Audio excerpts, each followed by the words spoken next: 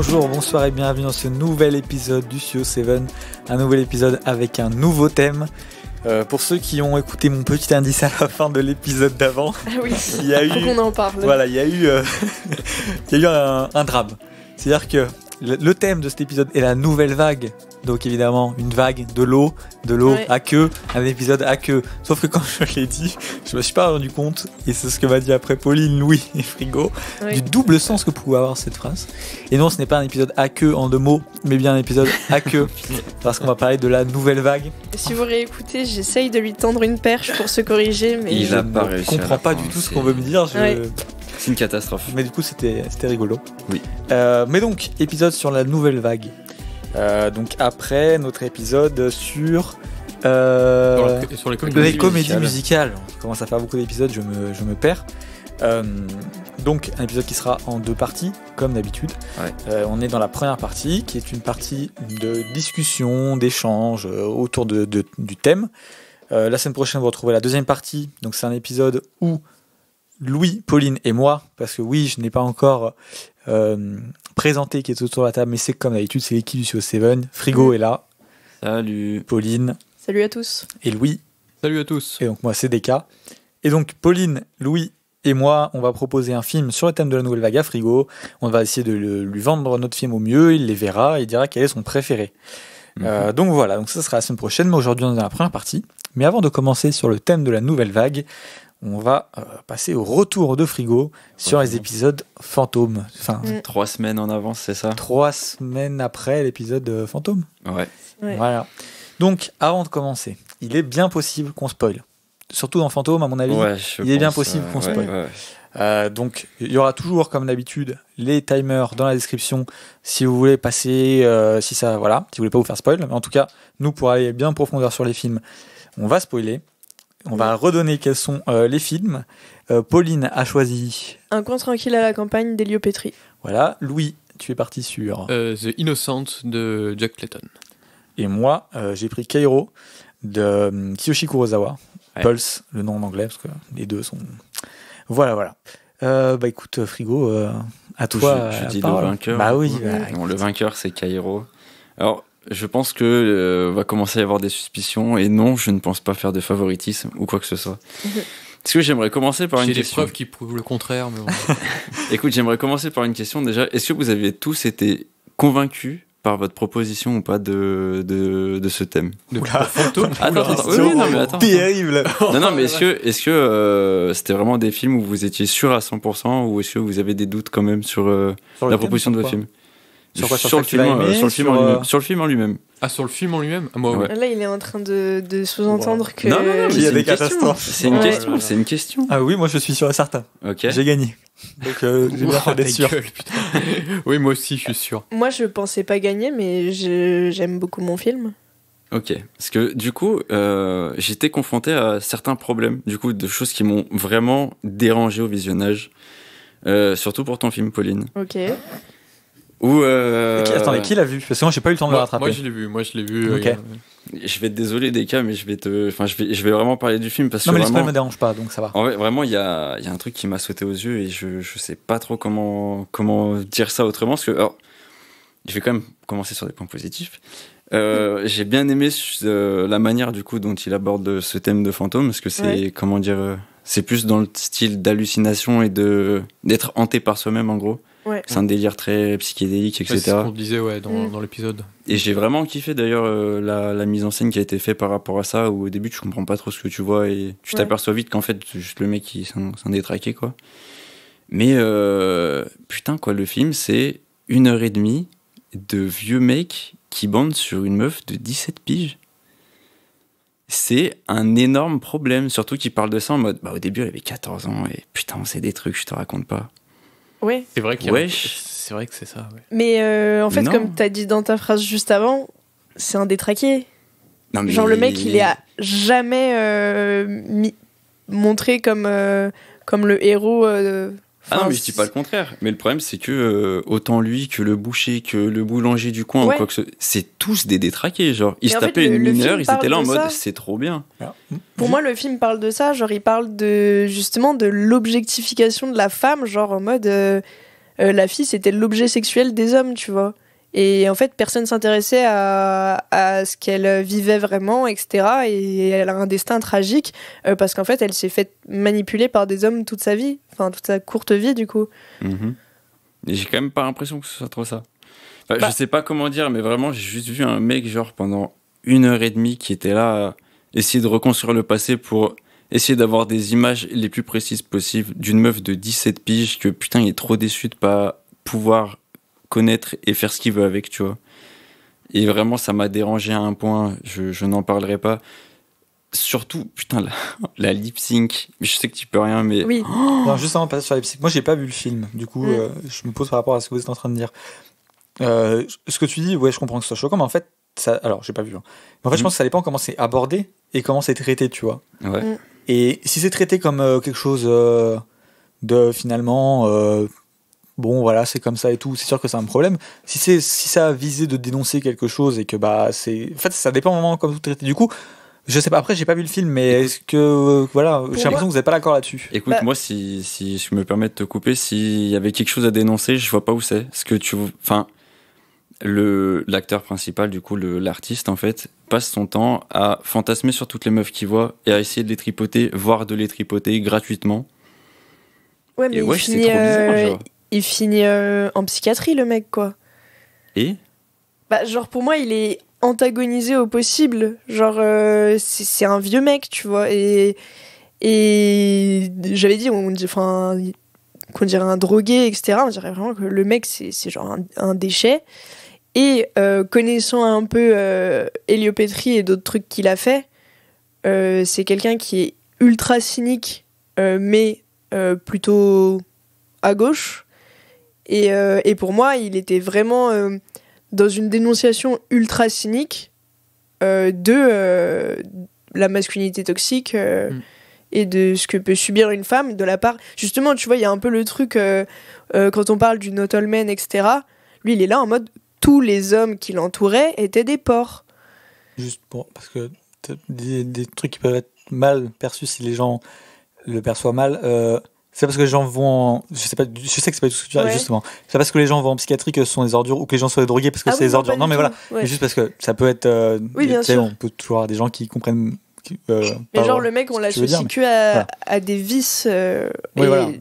Non, mais c'était juste voilà, pour pas qu'on pense que. Parce que je sais ce que tu veux dire, mais pour pas qu'on pense que bien sûr, tu veux dire autre évidemment. chose. Du coup, pour avoir vu le film, moi je me range plus du côté de Pauline quand même. C'est plus une dénonciation globale. Moi, en tout cas, parce que moi, ça m'a pas si choqué que ça. Et ce qui m'a plus choqué, moi, c'est effectivement ces hommes, ces gros porcs. Et le film, pour moi, il me les présentait comme des gros porcs, tu vois. Et du coup, j'étais vraiment... Et d'ailleurs, donc on a dit qu'on pouvait spoiler, etc. Au final, on se rend compte qu'elle est pas du tout morte comme on le pensait, mais que c'est un homme qui l'a tuée. Oui.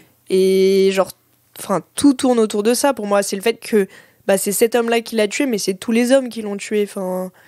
Ouais, mais je trouve que cette conclusion, elle rattrape pas tout le reste. Genre vraiment, je sais pas comment dire, mais ça m'a trop sorti du film en fait, de voir un mec qui touche toutes les meufs qu'il voit en fait. Genre vraiment, mais il est dégueulasse quoi. Je le vois pas autrement. En fait, je comprends que ce soit dur à voir, mais pour moi, c'était un peu son but de genre te dégoûter du personnage principal et te faire un peu subir une sorte de violence psychologique que la fille a pu subir tout au long de sa vie, quoi. Mais après, je comprends que ça puisse mettre mal à l'aise, etc. Mais je pense vraiment que le but du film, ce soit pas qu'on soit complaisant avec ce qui se passe, quoi.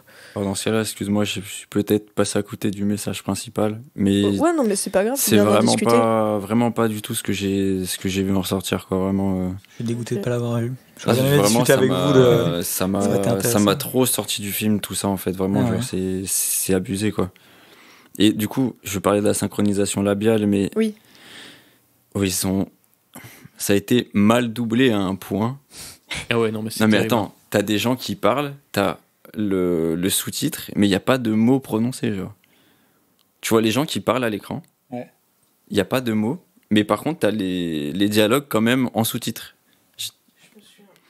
Comment ça, ils parlent, il n'y a pas de mots?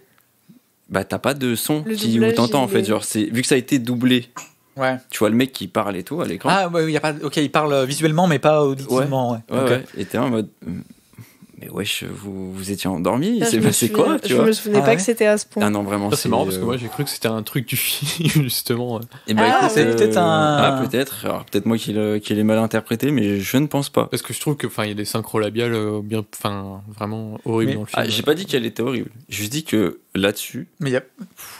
Pardon, mais il n'y a pas ça dans les exilés romantiques, à un moment où ils parlent, mais sans bouger la bouche, et il n'y a pas un échange. C'est pas dans ce film-là? Ça te parle pas, Pauline? Ou... Si, ça me parle.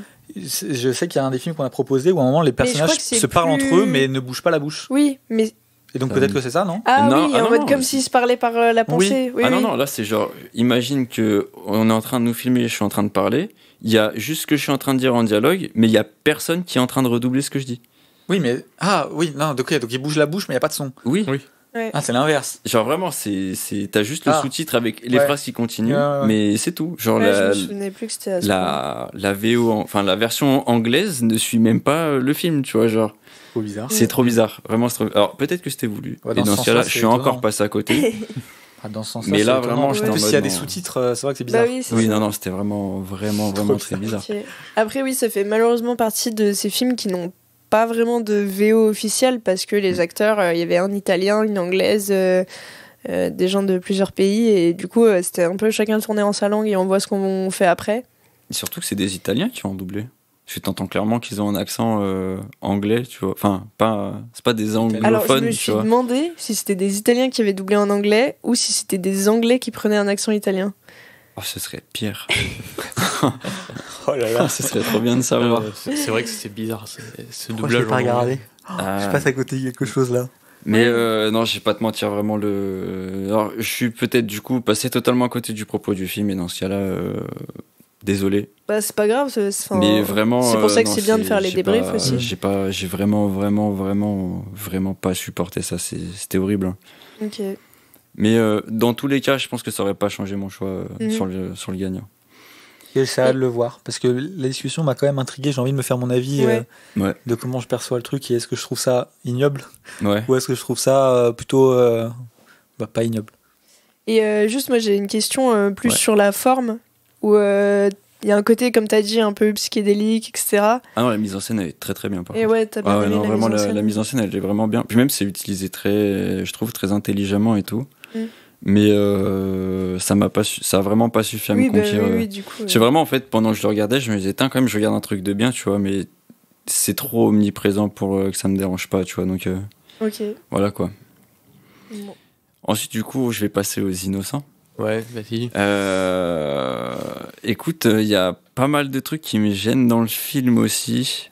Déjà, en gros, il y a l'aspect que.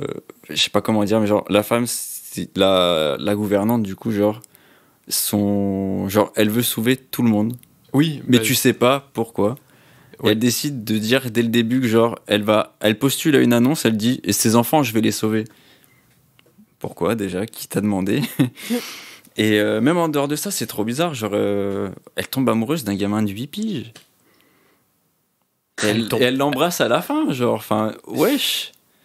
C'est trop bizarre. Le thème, vous êtes sûr que le thème était fantôme et pas Ah non, gros par pédo, contre, par contre, c'est non, très par contre bizarre. niveau technique, Oui. c'était une dinguerie. Enfin, vraiment, ce qu'ils ont fait et tout, non, c'était vraiment cool. Et ce qu'on disait, justement, les trucs en arrière-plan, etc. et tout, Ouais. super bien fait. Vraiment super bien. Le noir et blanc, le dessert, super bien. l'apparition du fantôme dans le. Quand Dans elle se cache ouais. et qu'il est dehors là. Dans le Ouais, reflet, non, vraiment, là, il est Ça marche super trop bien. bien. C'est... Ah non, je suis totalement d'accord. Mais après, vas-y, les personnages des gamins, ils sont insupportables. Vraiment, ils sont insupportables, je suis désolé. Alors, je trouve qu'il joue très très Oui. bien pour l'époque. oui, mais non, pour je suis le coup, d'accord. Non, il joue bien, mais vraiment, le personnage en lui-même est insupportable. Il y a aussi, je sais pas, un côté où...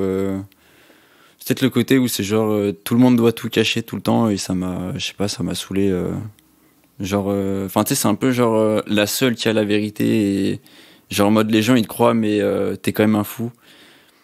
Je sais pas, j'ai trouvé ça un peu bizarre. Puis même cette espèce de truc où c'est des gamins qui sont habités par des esprits, mais du coup ils sont genre comme s'ils étaient ensemble. Enfin, je sais pas, c'est trop bizarre. Genre déjà t'as une espèce de truc où tu te dis wesh, ils commencent à être consanguins, c'est bizarre.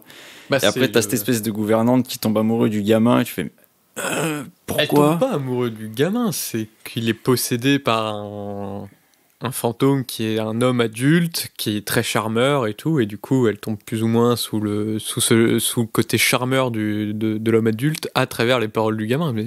Ouais, mais ça reste un enfant, quoi. Enfin, je saurais pas comment dire, mais c'est trop bizarre. Puis même, genre, je sais pas, il y a... Bon, après, il y a quand même... Comment dire? Et à la fin, c'est pour le sauver qu'elle l'embrasse. Justement, parce que ce fantôme a pas d'amour et que du coup... Ah, moi, c'est pas vraiment ça. Genre, pour moi, la fin, c'est genre, elle est trop triste d'avoir perdu un gamin et elle était amoureuse de cet enfant, tu vois, genre. C'est pas en mode l'esprit qui l'a quitté, tu vois, c'est plutôt genre... En gros, elle voulait faire partir l'esprit, enfin, de mon point de vue, hein. Ouais, Elle a réussi à faire partir l'esprit, etc., mais elle a pas pu sauver le gamin et du coup, bah, elle est triste d'avoir perdu un gamin qu'elle aimait, tu vois. Ah bah ça, oui, elle est triste, forcément. Et Bah, de là, embrasser un gamin de 8 ans, bon, c'est un peu bizarre, quoi. On est sur une vibe chelou pour ces roses. Ah oui, non, mais je te jure, c'est pour ça. C'est pour ça que je me suis tenu de vous dire quoi que ce soit, en fait, parce que vraiment, je me suis dit, mais wesh, mais... Soit c'est moi qui ai interprété autre chose, soit je sais pas, tu vois, mais je voulais quand même... Bref, on s'en fout. Ouais. Attends, il y avait un autre point que je voulais... Le film, il date de quand déjà, Louis? 60. 1960. Alors par contre, pour un film de 1960 où ça te dit que les violences conjugales, c'est pas bien, et c'est très rare. En vrai, Bah, c'est pour quand même le à coup, souligner, ouais. tu vois, pour le coup. C'est quand même cool, quand même, à relever, je trouve, pour un film comme ça. Mais ouais, non, sinon j'ai trop été sorti du truc. Puis ouais, non, vraiment, il y avait un truc trop chelou. Puis en fait, j'arrivais pas à rentrer spécialement dans, tu vois, dans l'histoire, parce que autant à des moments où, je sais pas comment dire, mais genre, tu commences à être happé par le truc, par tout, tu vois. Et t'as cette gouvernante qui a une relation trop bizarre avec le gamin, tu vois. Même si tu comprends que c'est un fantôme, mais... Et t'es là en mode... tu sais, tu fais genre un pas en avant, deux pas en arrière à chaque fois. Tu fais... c'est quand même vachement bizarre, tout ça, tu vois. Genre, le gamin, il est excusé parce que bah, c'est l'homme de la maison, tu vois. Et... C'est trop bizarre, tu vois. Genre, il fait plein de conneries, il se fait renvoyer de son école. On va attendre un peu quand même. Ouais, c'est bon, enfin, d'un moment... Après, ça se passe à une époque où ça se passait comme oui, ça. Hein, je suis d'accord. Mais du coup, ça m'a pas... J'ai pas... Non. Okay. Vraiment, non. Je suis désolé, mais non. J'arrive pas à croire que c'est cette même personne qui a choisi Super pour les super-héros, quoi. Ouais, du coup, c'est... Ouais, j'arrive jamais à comprendre ce choix de frigo. Alors, écoute, par rapport à ça, quand même, j'ai essayé de choisir... Enfin, vous savez pas encore mon résultat sur ces films. En vrai, si je les ai vraiment aimés... Bah, vous savez pas si je les ai vraiment aimés, je les ai pas notés encore. Oui, c'est vrai. Oui, ce qui fait que vous pourrez avoir des surprises. Et du coup, bah, je vais passer à Cairo. Juste avant, une petite question. La scène où, tu sais, elle est toute seule dans le noir, la gouvernante, avec juste une lueur de bougie. Ouais. Elle est quand même incroyablement Putain, flippante. Oui, d'ailleurs, tu viens de me faire penser. Par contre, c'est du clair-obscur, du coup. Ouais. Et putain, ce que c'est bien. Vraiment, c'est trop bien. Oui, d'ailleurs, toi qui avais peu vu de films en noir et blanc. Et bah, du coup, je suis déçu d'avoir un écran aussi éclaté que ce que j'ai. Parce que ah merde. Je vais pas te mentir que luminosité à fond dans le noir, je voyais rien. Mais non, le clair-obscur, trop bien. Puis, truc trop drôle, du coup, par contre, c'était une version remaster. Du coup, je sais pas ce que ça change au niveau image ou son. Parce que vraiment, le son, je me suis dit, wesh, pour un film aussi vieux, la qualité du son. Ah oui, les remasters. Mais du coup, après, je me suis dit, bah, c'est une remaster, donc c'est logique. Mais c'est trop drôle parce que du coup, tu vois qu'ils avaient un prophète qui braquait tout le temps. Et tu vois le projecteur qui était genre à des moments, il doit plus être là, du coup, tu vois, qui fait genre. Et il monte dans les airs. Mais non, c'est trop bien. Franchement, par contre, ça c'est trop. Le clair-obscur comme ça, là, j'ai vraiment bien kiffé. Bon, tant mieux. Du coup, t'as aimé ces deux films? Eh bah, je suis mitigé. Parce que. J'ai pas passé un mauvais moment, mais pas un bon. Et je suis un peu entre deux chaises, tu vois, pour savoir de quel côté je pense. Je saurais pas te dire. Ok. En parlant de passer un mauvais moment. Alors, du coup, c'est étrange, mais du coup, Cairo, ouais, c'est comment dire, le visionnage, je citerai du coup des cas, j'ai chié dans mon Benz. Non, en vrai, je pense avoir très peu de... Enfin, je pense pas avoir de critiques à faire, en vrai. Le film, il m'a toujours pris. Il m'a tout de suite pris, pardon. Mais genre vraiment, dès le début, il m'a pris. Il avait dit quoi, que les 20-30 premières minutes, elles sont... Ah, mais même avant, genre, je suis rentré, je sais pas, 3 premières minutes, j'étais déjà dans le film, tu vois. La mise en scène, elle est super. Vraiment, à des moments, je me dis, ouais, bah, vas-y, c'est bon. Ils commencent à faire monter la tension. Ils vont tourner la caméra, va y avoir quelque chose. Non. T'es en mode, ouais, je me suis fait surprendre à chaque fois, tu vois. Donc, c'est vachement cool. Il y a. C'est vrai, en fait, peut-être tu deviens surpris de pas être surpris. Oui, c'est ça. C'était plus c'est ce qu'on disait, parce que moi, du coup, je l'ai vu aussi depuis. Ouais. Et je trouvais que les moments les plus flippants sont ceux où n'importe quel film d'horreur aurait mis un jumpscare. Et là, en fait, non. Oui. Et du coup, t'es là et limite, du coup, t'attends le moment où tu vas sursauter et il arrive pas, mais du coup, tu te chies encore plus dessus. Un peu comme dans Scream 5, Oui. du coup, d'accord. En fait, c'est vraiment ça. Plus dans Scream 5, c'est vraiment une scène qui me fait penser à ce que vous dites. Mais du coup, en fait, c'est comme s'il y avait des scènes où t'attends le moment où t'as le droit de tourner la tête.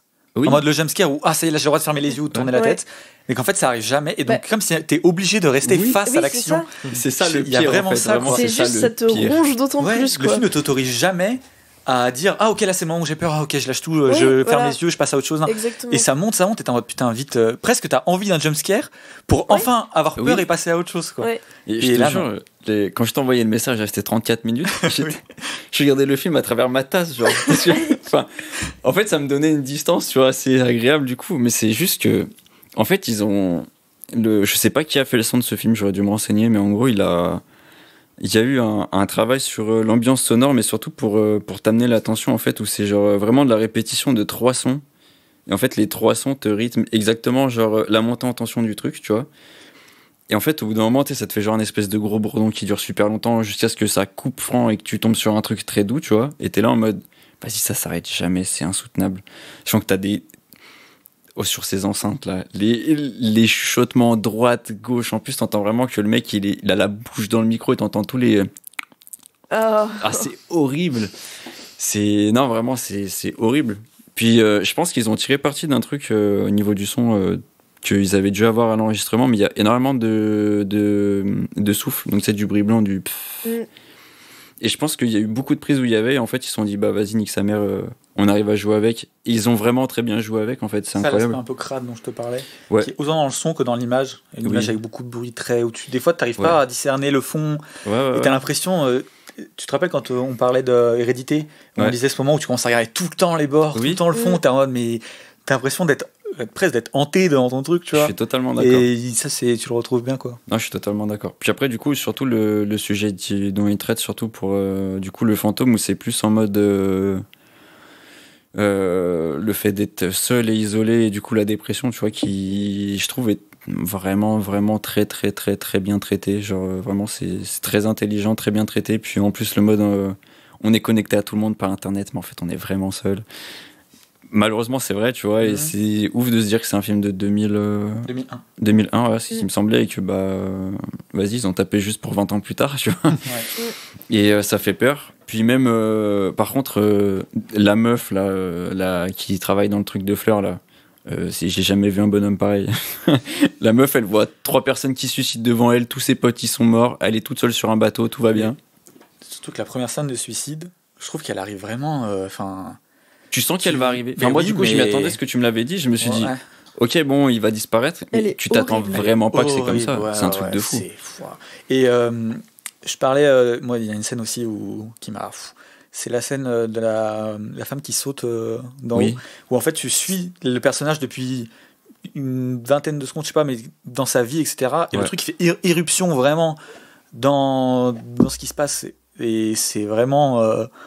Cette scène, elle est. En fait, tu t'en doutes un peu. Tu commences à te dire, à créer des liens entre tout. Tu vois, tu dis bon bah ok, cette personne-là, elle va s'y passer. Et t'oublies. Genre vraiment, c'est brutal, mais c'est un truc de fou, genre. En plus, il y a, je sais pas comment dire, mais c'est vraiment un choc frontal. C'est ça, mais des fois ça en devient un peu comique quand tu vois des scènes de personnes qui tombent et qui. Ça fait un peu gros et c'est dur de pas. Enfin, c'est un peu paradoxal, mais c'est dur de pas rendre une scène de suicide par juste sauter et s'écraser sur le sol, de pas la rendre des fois un peu comique. Vraiment très et là, t'as pas envie de rire. Non. Le moment terrifiant aussi, c'est le truc sur l'ordi du gars là. Oui. Oui, non, mais, mais moi, j'aurais été à sa place. Mon ordi s'allume 2 fois tout seul, je le casse en 2. Hein. Moi aussi, mais oui, c'est ce que je me disais, mais il serait passé par la fenêtre 8 fois l'ordinateur. Ah non, mais c'est un truc de fou. Vraiment, je me suis dit, non, mais c'est bon, genre, aide-toi, arrête de faire n'importe quoi, tu vois. Mais non, par contre, je trouve que le rythme du film est quand même un peu lent à arriver à bien suivre tout le long, tu vois. Genre, normalement, j'étais en train de me dire, j'arrive pas à savoir où est-ce qu'il veut m'emmener, puis ce serait bien que ça aille un peu plus vite, tu vois, parce que, vas-y, c'est lent à se mettre en place. Même si. Ça joue dans l'ambiance. Voilà, ça joue beaucoup, mais du coup, voilà. Et ouais, cette espèce de truc avec les entre-deux-mondes où c'est genre un peu le virtuel qui devient le monde des âmes, etc. C'est vachement bien exploité, et puis c'est vachement cool. Puis, ouais, en vrai, encore une fois, le son et la mise en scène, vraiment. Enfin, ça avait déjà beaucoup orienté mon choix, hormis tout ce que j'ai pu dire pour éclater vos films avant. Mais en vrai, de vrai, là, si je mets de part tous les côtés négatifs, en vrai, la mise en scène de ce film, vraiment, je trouve, elle explose vraiment, vraiment, vraiment tout, tu vois. T'as vu les aspects un peu caméra de surveillance dont je te parlais? C'est super bien fait. Ouais. Et c'est Tu l'as ressenti aussi? tellement angoissant. Tu l'as vu aussi, Pauline, du coup? Oui. Ouais. Moi, c'était T'avais juste. une critique que tu Ouais. Mais c'est vraiment pour pinailler et pour revenir sur un truc que t'avais dit dans l'épisode. T'avais parlé du fait que la ville, elle était vide et que au début, tu t'en rends pas forcément compte. Et mais que tu te dis qu'il y a un truc qui est pas normal.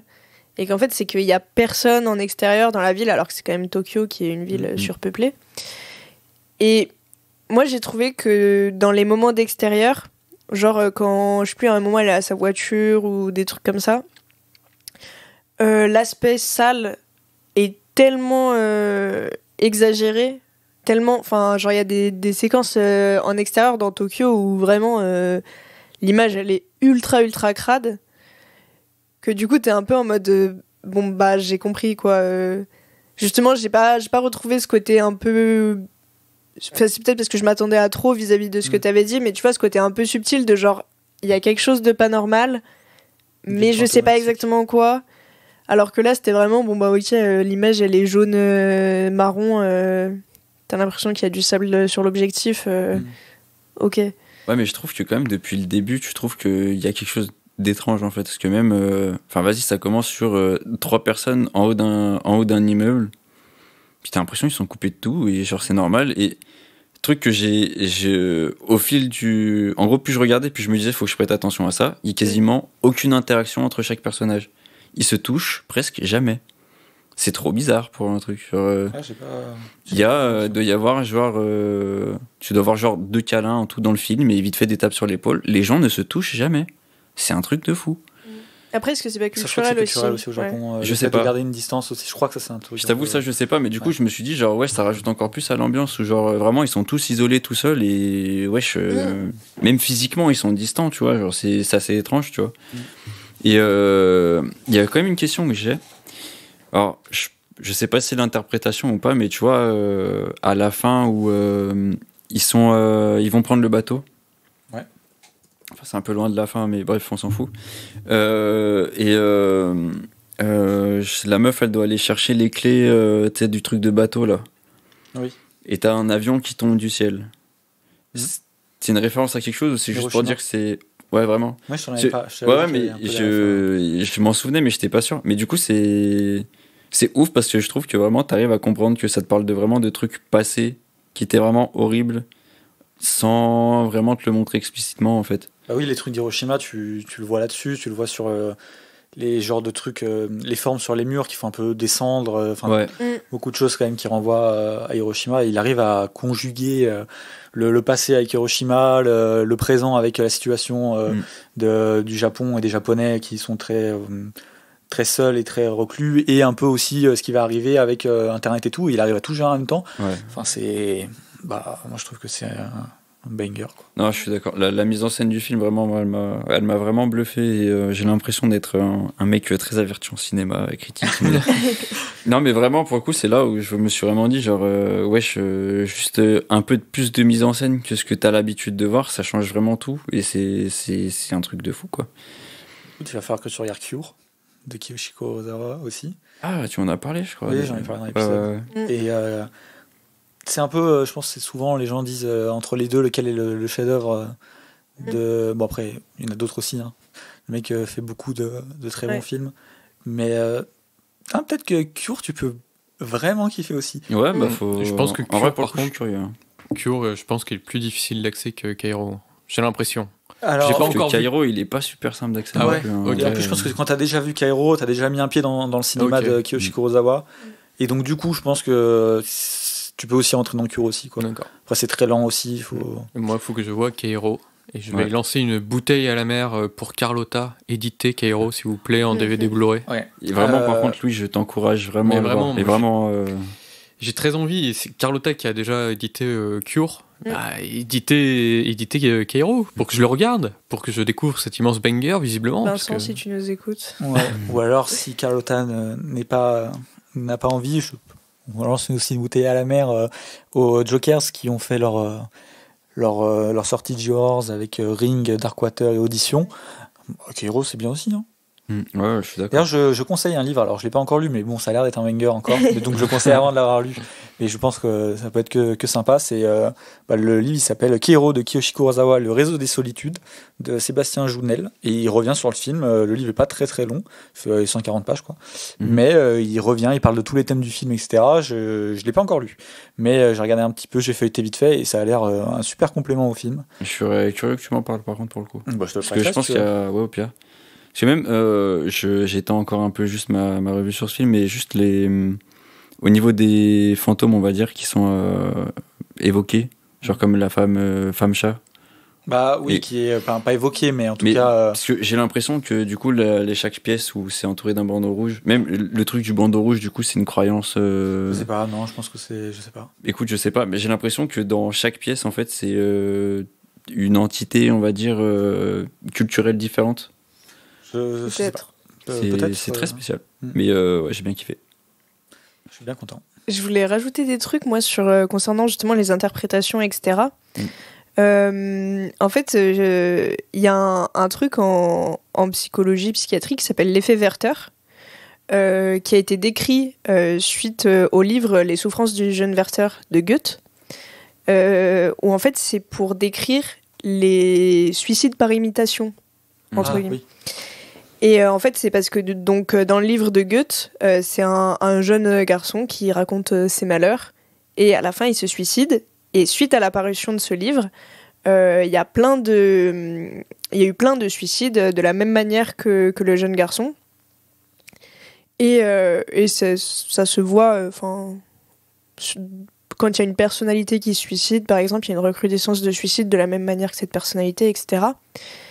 Et pour moi, le film, il incarne super bien ce concept. Carrément. Parce qu'en fait, si t'es ça a des trucs à la chaîne, quoi. Si t'es au contact d'une personne qui est dépressive, qui se suicide, bah, ça va être à ton tour, tu vas être contaminé par ce truc et tu vas devenir dépressif et te suicider. Et je trouve ça ultra intéressant. Enfin, c'est vraiment un concept que je trouve assez passionnant, justement. Genre, comment ne pas être affecté quand t'as un proche qui est dépressif, par exemple, et tout. Comment réussir à ne pas, à ton tour, sombrer dans ça, etc. Et aussi, par rapport à la portée culturelle du Japon, cet effet Werther, pour moi, il est particulièrement illustré chez eux dans ce truc qu'ils appellent, qui est assez horrible, mais qui est la forêt des suicides. Ouais. Oui. Où en fait, Pardon, je te coupe, mais c'est pas vrai que PewDiePie. Non, Jake Paul. Il a Ah fait, oui, Jake Paul. exactement, qui il a fait une vidéo C'est là-bas. là-bas. Oui. Ok. Mais en gros, Un stream. pour ceux Pardon. qui savent pas, c'est une forêt au Japon où, on avait parlé un peu du côté pudique des Japonais, etc. Dans l'épisode sur les fantômes. Mais en fait, ils vont dans cette forêt pour se pendre, en fait. Ouais. Tout bonnement. Et du coup, c'est un truc en mode... Limite, c'est devenu culturel. Enfin, c'est quelque chose où les gens, quand ils ont envie de mourir, ils vont dans la forêt des suicides et ils se pendent, quoi. Et du coup, ça rejoint un peu cet effet Werther de... tu sais qu'il y a cet endroit-là où les gens font ça et du coup, tu vas faire pareil. Et pour moi, le film, il aborde vraiment très bien cet angle-là et tout l'aspect de cette solitude qui contamine au final. Et c'est assez paradoxal parce que c'est plein de gens qui sont seuls, quoi. Enfin, donc voilà. Je suis d'accord. Non, après, il y avait un autre truc que je voulais dire. Ah oui, non. Mais non, j'ai oublié. Oh, non. Je suis dégoûté. Merde. C'est pas très grave. Ça va pas revenir. Je pense pas, parce que c'était un truc lié à ça, mais... Ah oui, non, si. Bah, du coup, voilà. T'as quand même une once d'espoir, on va dire. Parce que tu vois, on va dire les deux personnages un peu plus principaux, tu vois, genre... T'en as un, tu vois, qui va être infecté, mais tu te dis, genre... Waouh, ok, lui, il est immunisé à ça, tu vois, ou je sais pas comment dire. Choix, quoi. Et tu te dis, genre, vraiment, genre, ok, c'est cool, ils vont pouvoir s'en sortir tous les deux, tu vois, et bah, malheureusement, au final, non, tu vois. Et je sais pas, même ça, tu vois, j'ai trouvé ça super fort, en fait, au final. Alors, on va voir, mais tu vois le mec qui est dans le bateau, Oui, un peu plus âgé, oui. il a du flow, hein. C'est le réel? Non, Non. c'est le mec qui est dans Cure. Ouais. C'est Ok. l'acteur principal de Cure. Ah bah, il a grave du flow. Ouais, bah regarde Cure, Oui, il a trop trop de flow. Voilà. Ok. Écoute, par contre, je pense que j'ai fait le tour de mes revues. c'était- C'était très long, C'était long. désolé, mais voilà. Voilà. Bon. Et ta note de découverte sur le thème? Voilà, exactement. Je pense que c'est 8 aussi, comme... Oh, Ah, c'est on bien, on est sur une régale. belle Là. lancée là. Non, mais en quand vrai, en fait, si tu veux, le thème a été... peu importe ce que je peux dire sur les films, en vrai, ça reste des bons films, hein, mais c'est juste que la manière dont ça a été abordé, de voir que même par rapport à ce qu'on a dit sur les fantômes, et que comment c'est traité, en fait, bah, pareil, t'as un champ des possibles tellement grand Je savais que ce film allait être incroyable. que... Non, mais ouais, mais en vrai, c'était vachement cool. Voilà. Je suis bien content. Bon, peut-être, je sais pas vous, si vous êtes content de ce retour, mais... Bah écoute, Ouais, j'ai un peu commencé à déçu balancer l'épreuve, forcément. moi, Mais... c'est tout. Bah écoutez, on va clôturer ce petit retour de frigo. Et puis on va passer au vif du sujet de cet épisode, qui Ouais. est la nouvelle vague. Mm. Donc, L'antithèse de fantôme, quoi. Ah ouais, bah j'espère que ça sera un peu plus joyeux que toute cette première discussion, en tout cas. J'espère C'est aussi, pas sûr, hein. honnêtement. Non, c'est pas sûr. C'est pas sûr. Mais bon. Je pense que... Alors, d'habitude, t'as une question au début. Ouais. En as-tu une? Et bah... À part en qu'est-ce soi- que la nouvelle vague? Bah, en soi, oui et non, parce que j'ai quand même un peu approché la nouvelle vague, du coup, parce que je fais des études. Non, mais non, disons que j'ai eu la chance quand même du coup, dans les études que je fais, d'avoir eu un enseignement très proche, du coup, avec le cinéma. Parce que, bah, qui l'eût cru, mais le son dans le cinéma, ça changeait beaucoup de choses. Et comme par exemple dans Cairo ou les autres, bref. Mais on a beaucoup parlé du coup de la nouvelle vague, donc ce qui fait que je suis pas totalement étranger à ça. Je sais juste que ça a changé beaucoup de choses dans le cinéma mondial, surtout que bah Hollywood s'est inspiré de toute la nouvelle vague pour faire beaucoup de choses, tu vois. Donc Oh bah vague Hollywood. Hein. oui, je sais, mais je veux dire, L'inspiration de la nouvelle vague, ouais. c'est quand même fou de se dire que c'était pas beaucoup en plus, c'était une dizaine, je crois. Les grands réalisateurs, c'était une dizaine, un truc comme ça. Ouais, ça, facile, ça ouais. se cite assez facilement. Ouais, Ce qui fait qu'ils étaient que dalle à juste dire nous on veut pas faire comme tout le monde et bah ouais, c'est les exemples de tout le monde et les rêves de tous les réalisateurs de maintenant, tu vois. C'est hyper impressionnant. Après, j'ai pas vu grand chose de la nouvelle vague, donc je suis curieux. Alors moi j'ai une question. En général, les thèmes, c'est plus nous qui les choisissons que toi. Et tu les subis un peu. Oui, et ou pas, celui-là, hein. je l'ai demandé. Mais la nouvelle vague, c'est un des seuls que vraiment tu avais envie. Ouais. Et tu voulais vraiment parler de la nouvelle vague. Alors que les rencontres que tu as eues avec la nouvelle vague ont été très compliquées jusqu'à présent. Bah, en fait, c'est que Donc ça m'intéresse de savoir pourquoi. Eh ben écoute, je pense que c'est plutôt par le poids que ça a. Déjà, on va dire, nos Français ont du talent. En vrai, déjà, de un, c'est ouf de se dire que quand tu parles à cinéma français, tu parles forcément, enfin, tu penses à des comédies ou des nanars tout pourris tout le monde critique et que c'est dans le truc de tout le monde que le cinéma français maintenant c'est nul, tu vois. Mais disons que là, pour le coup, l'historique m'intéresse beaucoup plus parce que ça a vraiment changé beaucoup de choses et c'est des gens qui ont fait énormément d'essais, qui ont trouvé des techniques de fou. Et du coup, je suis quand même curieux parce que on a vu beaucoup d'extraits avec des films qui m'ont donné vraiment envie de les voir. Et c'est rare que ça m'arrive, tu vois. Okay. Je peux citer genre... je peux pas en citer, ce que j'ai oublié. Cher mon amour. Non. Non, mais on en avait vu... j'avais vu des petits films d'Agnès Varda ou d'Alice Guy qui étaient très cool. Même si je me souviens plus si Alice Guy est de ce courant-là. C'est plus vieux, Alice Guy, c'est Autant du pour mieux. moi. Bon, autant pour moi, je me trompe, mais du coup, Agnès Varda. Et vous avez regardé des trucs de Godard ou pas? Oui, voilà. Et Godard avec son son. Ouais. Oui, parce que justement, c'est une des grandes interrogations de la nouvelle vague et toi.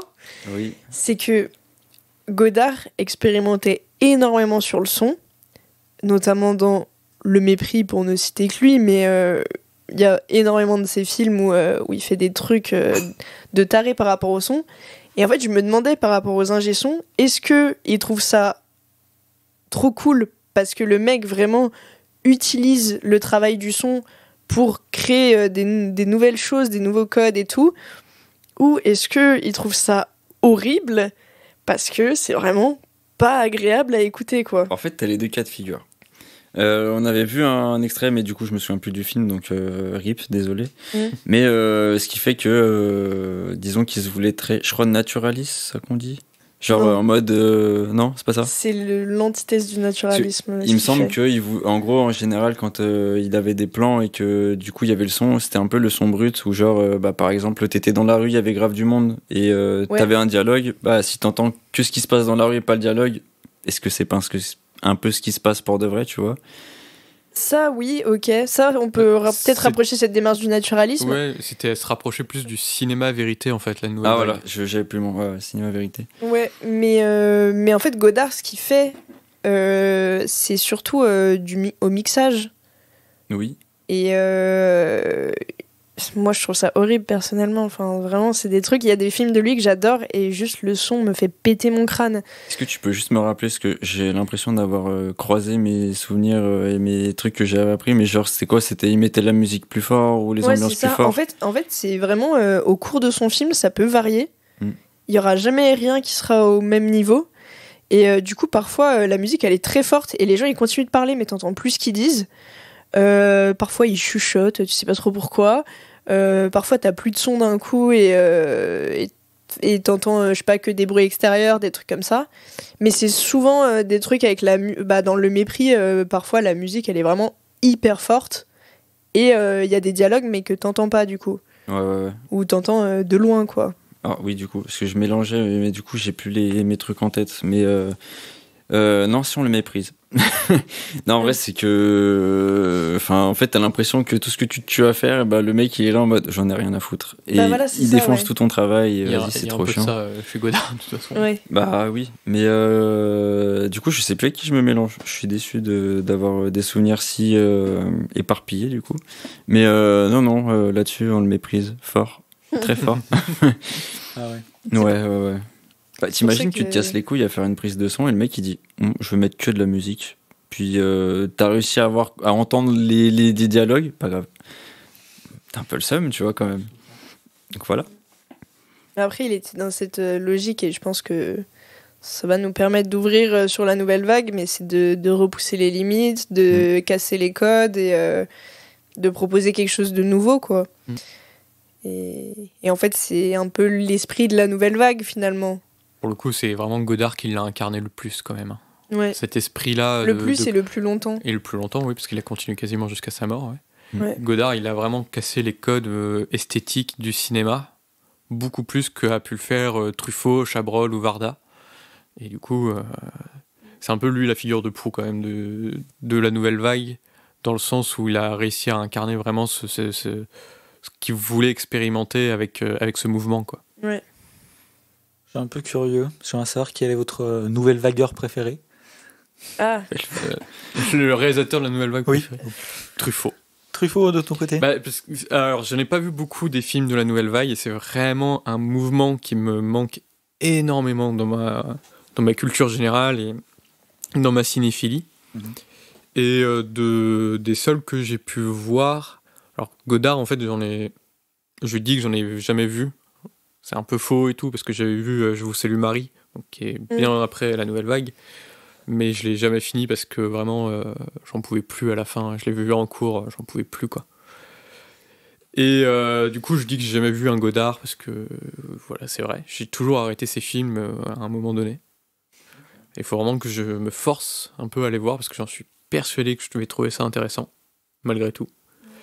Et au final, j'ai vu quasiment que du Truffaut, et c'est celui auquel je trouve plus de choses plus simples qui me plaît le plus sur le plan narratif et qui a quand même quelque chose dans l'esthétique qui casse un petit peu certains codes du cinéma classique français de l'époque. Il a quand même ce côté-là dans son montage et dans son image où il va essayer de casser aussi certains codes. Mais il garde aussi cet aspect-là plus classique et donc plus simple à suivre d'un point de vue narratif et tout. Donc je préfère Truffaut. Ouais. Ok. Moi, c'est un peu compliqué parce que j'ai vu pas mal de trucs de réalisateurs différents, mais j'ai pas forcément bien exploré chaque réalisateur. Donc de là à dire que c'est mon préféré, je sais pas. Et après il y en a, on sait pas exactement comment les classer. Donc là, dans les noms de base, j'aurais tendance à dire Rohmer. Ah ouais. Ouais, mais il est un peu à part, parce que bon, il avait quand même son style bien à lui, etc. Mais il est quand même considéré comme membre de la nouvelle vague aux dernières nouvelles. Donc ouais, j'aurais tendance à dire Rohmer. Après, j'ai vraiment une immense... Amour. Non, pas amour. Un immense respect pour le cinéma de Godard. Ok. Il y a des films de lui que j'aime pas, il y a des trucs qui me font péter mon crâne, comme j'ai dit. Mais sans un mec comme lui, on n'a pas d'évolution, en fait. Et du coup, j'ai vraiment beaucoup de respect pour sa carrière et pour ce qu'il a fait et pour tout ce qu'il a réfléchi, en fait, sur le cinéma. Et un peu pareil pour Jacques Rivette. C'est un peu pareil que Godard. J'ai des films, ça passe ou ça casse. Il y a des films de Rivette que j'adore, d'autres que je peux pas me blairer. Mais c'est un mec qui était dans la perpétuelle réflexion de à quoi ça sert le cinéma, qu'est-ce que je peux faire avec, qu'est-ce que je peux proposer de nouveau avec, qu'est-ce qui est pertinent à faire avec, et tout un tas de questionnements comme ça que pour moi, tous les deux, donc Godard et Rivette, ils ont vraiment, comme a dit Louis, incarné, sans dire que les autres ne l'ont pas fait, ils l'ont fait à leur manière aussi, mais c'est peut-être leur démarche à eux qui me parle le plus chez les réalisateurs de la Nouvelle Vague. Ok, je pensais que tu citerais Varda. Mais Varda, elle fait partie des personnes dont j'adore les films, mais que j'ai pas du tout encore assez exploré, tu vois. Ouais. J'ai vu 3 Varda, je crois. C'est 3 Varda fiction et 1 docu. Okay. Et demi, parce qu'il y en a, c'est un court-métrage. Je trouve que c'est pas assez pour juger de ça, tu vois. Alors que Godard, j'ai dû en voir une bonne dizaine, Rivette pareil, Rohmer une bonne quinzaine à mon avis. Oui. Donc j'ai un peu plus de recul. Tu vois, c'est ça qui me manque, moi. C'est un petit peu d'avoir exploré aussi certaines filmographies, parce que sinon, Varda, René, tout ça, j'ai pas assez exploré. Tu vois. Mais du coup, c'est intéressant, même si t'as pas exploré, de dire aujourd'hui quels sont ceux qui t'ont intéressé et vers lesquels t'es allé instinctivement. Et je pense que ça parle aussi, tu vois. Aujourd'hui, c'est François Truffaut. Ouais, voilà. Mais ça voilà, joue, tu vois. Bah oui, bien sûr. Par exemple, j'ai pas vu un Godard. Enfin, si, genre le truc que j'ai vu de Godard, c'est son court-métrage dans Cléo de 5 à 7. Ah. C'est lui qui le fait, le cours. Oui, c'est lui qui le fait. Et t'as vu Je vous salue Sarajevo aussi, non ? Ah oui, je crois que j'avais vu ça. Et pareil, un petit morceau de lui dans Loin du Vietnam. Oui. Mais voilà, donc j'ai quasiment rien vu, mais parce que ça m'a pas intéressé et appelé plus que ça. Truffaut, je crois que j'ai vu Les 400 coups et ça doit être tout. Et le reste, j'ai quasiment rien vu. En fait, les seuls avec qui j'ai vu quelque chose, c'est Varda et Marker et un peu René. Pourquoi Chris Marker, du coup ? Non, parce que c'est trop bien. Enfin, oui, moi, mon champion, c'est Chris Marker. Mais tu vois, j'ai pas vu le reste, mais en même temps, Chris Marker, c'est parce que c'est lui, il m'a trop intéressé et j'avais envie de pousser. Donc ça, même si j'ai pas vu les autres, ça joue aussi au fait que, tu vois ce que je veux dire. Oui, bien sûr, mais tu vois, Varda, elle m'intéresse trop et ça se trouve, je verrais plus d'elle, je me dirais, ah, mais en fait, c'est carrément elle. Non, mais c'est ça. Mais du coup, moi, aujourd'hui, je te dirais Marker. Je pense pas que ça changera, mais alors que j'ai peu vu du reste, tu vois. Oui, je vois ce que tu veux dire. C'est un truc, par contre, que je trouve assez intéressant dans la Nouvelle Vague, c'est qu'on a cité plein de noms, et ils sont tous fait quand même des choses différentes, et on est tous allés voir des choses différentes et tout. Toi, t'as été plus attiré par ce qu'a fait Chris Marker, moi, plus par Truffaut. Pauline, bon, elle a cité Rivette et Rohmer. Enfin, t'as été beaucoup plus attiré par Rohmer, alors que, du coup, c'est quand même des choses très différentes, dans un seul et même mouvement, très libre. Et c'est super intéressant, je trouve. En fait, dites-vous que dans la nouvelle vague, il y a des réalisateurs que vous n'allez pas aimer, et il y en a où vous allez être instinctivement attiré, en fait. C'est un peu ce qui nous arrive. Bah, c'est pour ça, est-ce que ce serait pas le moment de faire un petit point histoire de la nouvelle vague, quand même? C'était une belle transition. Et en fait, je trouve ce qu'il faut garder à l'esprit, c'est que donc on est fin des années 50, pas si loin de la guerre. Les films français commencent à s'essouffler un peu, à tous se ressembler. On a nos voisins italiens qui lancent un courant qui s'appelle le néoréalisme, qui marche vachement bien là-bas. Donc c'est sur de l'après-guerre et c'est des films qui ont une portée très sociale, très politique, très déprimant pour beaucoup. Avec des synchro labiales. Oui, voilà. Bon. Est-ce que tu as des réalisateurs à citer Du néoréalisme. Rossellini. Rossellini, De Sica. Ouais. C'est les deux grands. Et après, il y a pas mal de réalisateurs très connus qui ont fait quelques films néoréalistes dans leur début. Donc Fellini, Pasolini. Ces deux premiers films, ils sont néoréalistes. Antonioni, pareil, ses 3-4 premiers films, c'est du néoréalisme. Même si lui s'en détachait beaucoup.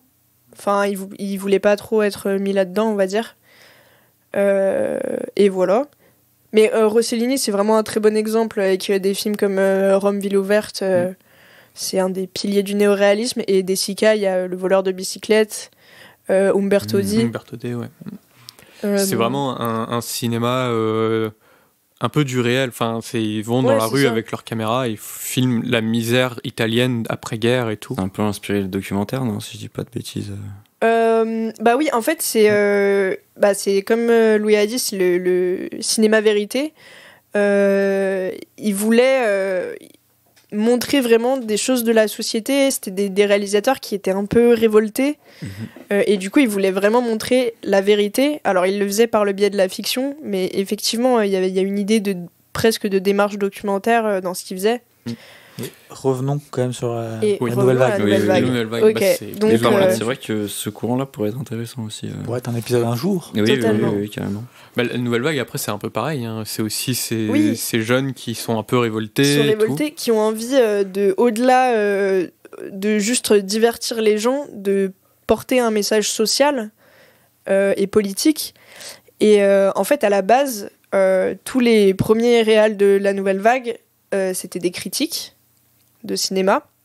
Il y a les fameux cahiers du cinéma qui ont été créés à cette époque-là. Et en fait, à l'époque, c'était Truffaut, Godard, Rivette, presque tous ceux qu'on a cités jusque-là, qui écrivaient dedans. Et qui, en fait, en tant que critique, étaient saoulés du cinéma français, en disant, mais on peut faire des choses, on peut casser les codes de ce cinéma actuel et on peut montrer des choses plus intéressantes. Et ils étaient très politisés, en fait, donc même politiser le cinéma, etc. Et donc, au final, ils se sont dit, c'est quoi la solution quand nous, en tant que critiques, on n'est pas satisfait de ce qu'on a? C'est de prendre une caméra et de faire nous-mêmes des films, quoi. Et il y a un peu débat sur quel est le premier film de la nouvelle vague, quand ça a commencé, etc. Mais c'est fin des années 50. Ça se joue entre La Pointe courte de Varda ou Le Beau Serge de Claude Chabrol. J'ai pas vu La Pointe courte, mais Le Beau Serge, c'est très bien. Et Louis fait la moue. Alors, je suis pas rentré dans le film. Ok. C'est tout. Non, après, c'est pas forcément mon Chabrol préféré, mais... J'expliquerai un peu plus tard. Mais c'est pas mal. Et derrière, en fait, ils n'ont eu de cesse de repousser les limites. Et on est arrivé dans les années 60. Et les années 60, énormes mouvements sociaux. Et la nouvelle vague, ça a vraiment incarné ces cinéastes qui ne faisaient pas du cinéma que pour faire du cinéma, en fait.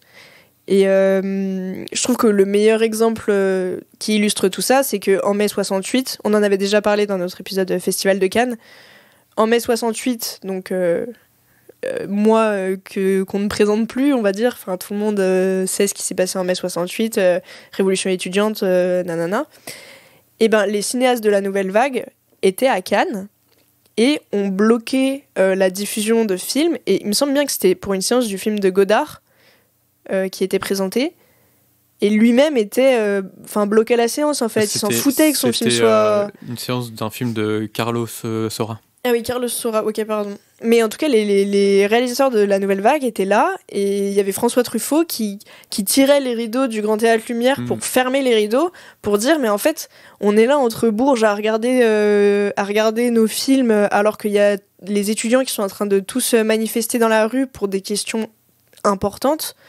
Qu'est-ce qu'on fait ? Enfin, c'est pas du tout approprié. Il y a Godard qui a eu cette phrase célèbre au Festival de Cannes où il répond à un journaliste en disant je vous parle soutien avec les étudiants et les ouvriers, vous me parlez travelling et gros plans, vous êtes un con. Ouais, voilà. Et c'est exactement ça. Et c'est exactement ça. Et t'as Truffaut à côté qui essaye de calmer le jeu. Ça me fait beaucoup rire. Ouais, Godard, c'était un peu le dissident qui mâche pas ses mots, et Truffaut, le mec un peu plus calme et mesuré. Mais en tout cas, je trouve que ça montre très bien qu'ils ont compris la place du cinéma dans une société au-delà de l'objet de divertissement. Et comme a dit Louis, dans la Nouvelle Vague, on va pouvoir trouver des gens dont le style va plus ou moins nous toucher. Mais en fait, ce qui est important, parce que du coup, il y a des gens parfois ils disent j'aime pas les films de la Nouvelle Vague, ou ça fait peur les films de la Nouvelle Vague, etc. Et certes, il y a des trucs de réalisation qui reviennent et dont on va peut-être parler aussi. Mais en fait, je trouve ce qui est le plus important, c'est de se dire que c'est des gens qui se sont réunis autour d'une idée, qui est l'idée que le cinéma peut être utile, peut être transgressif, et qui l'ont fait ensuite chacun à leur manière. Donc on va avoir même des courants qui se détachent un peu. Donc il y a le courant qu'on appelle rive gauche. Je pense que Deka sera ravi de dire un mot dessus juste après. Je peux le faire. Ouais, dès que tu me le dis, je me lance. Voilà, en fait, il y a vraiment des profils différents dans la Nouvelle Vague. Mais ils incarnent une idée du cinéma français qui est hyper importante et qui aujourd'hui, je sais plus qui a dit, je crois que c'est Frigo qui a dit ça a changé beaucoup de choses et beaucoup de gens s'y réfèrent encore aujourd'hui, quoi. L'influence de la Nouvelle Vague, elle est dingue. Moi, c'est surtout ça qui me plaît énormément dans la Nouvelle Vague. Au-delà des films, c'est son influence. Ouais. Ça a une influence aux États-Unis, donc avec le Nouvel Hollywood. Ça a une influence en Europe de l'Est avec des cinéastes qui sont qui étaient dans des pays censurés, mais qui ont essayé de faire leurs films au-delà de cette censure et tout. Jerzy Skolimowski, il me semble que c'est un peu ça. Oui, en Pologne. Ça a inspiré du cinéma au Brésil, en Allemagne, au Japon. Il y a plein de moments qui s'appellent Nouvelle Vague machin, Nouvelle Vague machin, enfin de nom du pays. Et finalement, il y a plein de cinéastes encore actuels qui se disent influencés par la Nouvelle Vague. Et Jonas Trueba, par exemple. Et c'est super agréable de... déjà, il y a une certaine fierté un peu française de se dire ça, quand même. Et c'est super. Enfin, vraiment, c'est un mouvement qui a maintenant plus de 60 ans. Et il continue d'influencer des auteurs. Quoi. Ouais, plus de 70 ans maintenant. Et ça continue encore d'influencer des auteurs qui font des films encore aujourd'hui. Scorsese, Tarantino. Au Japon, ça va être Kiyoshi Kurosawa, par exemple. Wong Kar-wai, à Hong Kong. Et c'est partout, tu vois, ce qui est intéressant dans le Nouvel Hollywood, c'est que, à mon sens, ce qui a influencé, c'est pas tant la manière de faire le cinéma, c'est pourquoi ils l'ont fait et comment. Voilà. Mais ça qui m'intéresse, c'est le côté révolutionnaire, justement, de ces cinéastes. Ils ont fait ça pour se rebeller contre une certaine autorité. Et le Nouvel Hollywood, c'est totalement ça. Et ça pourrait aussi être un épisode un jour, où on reviendra plus en détail dessus.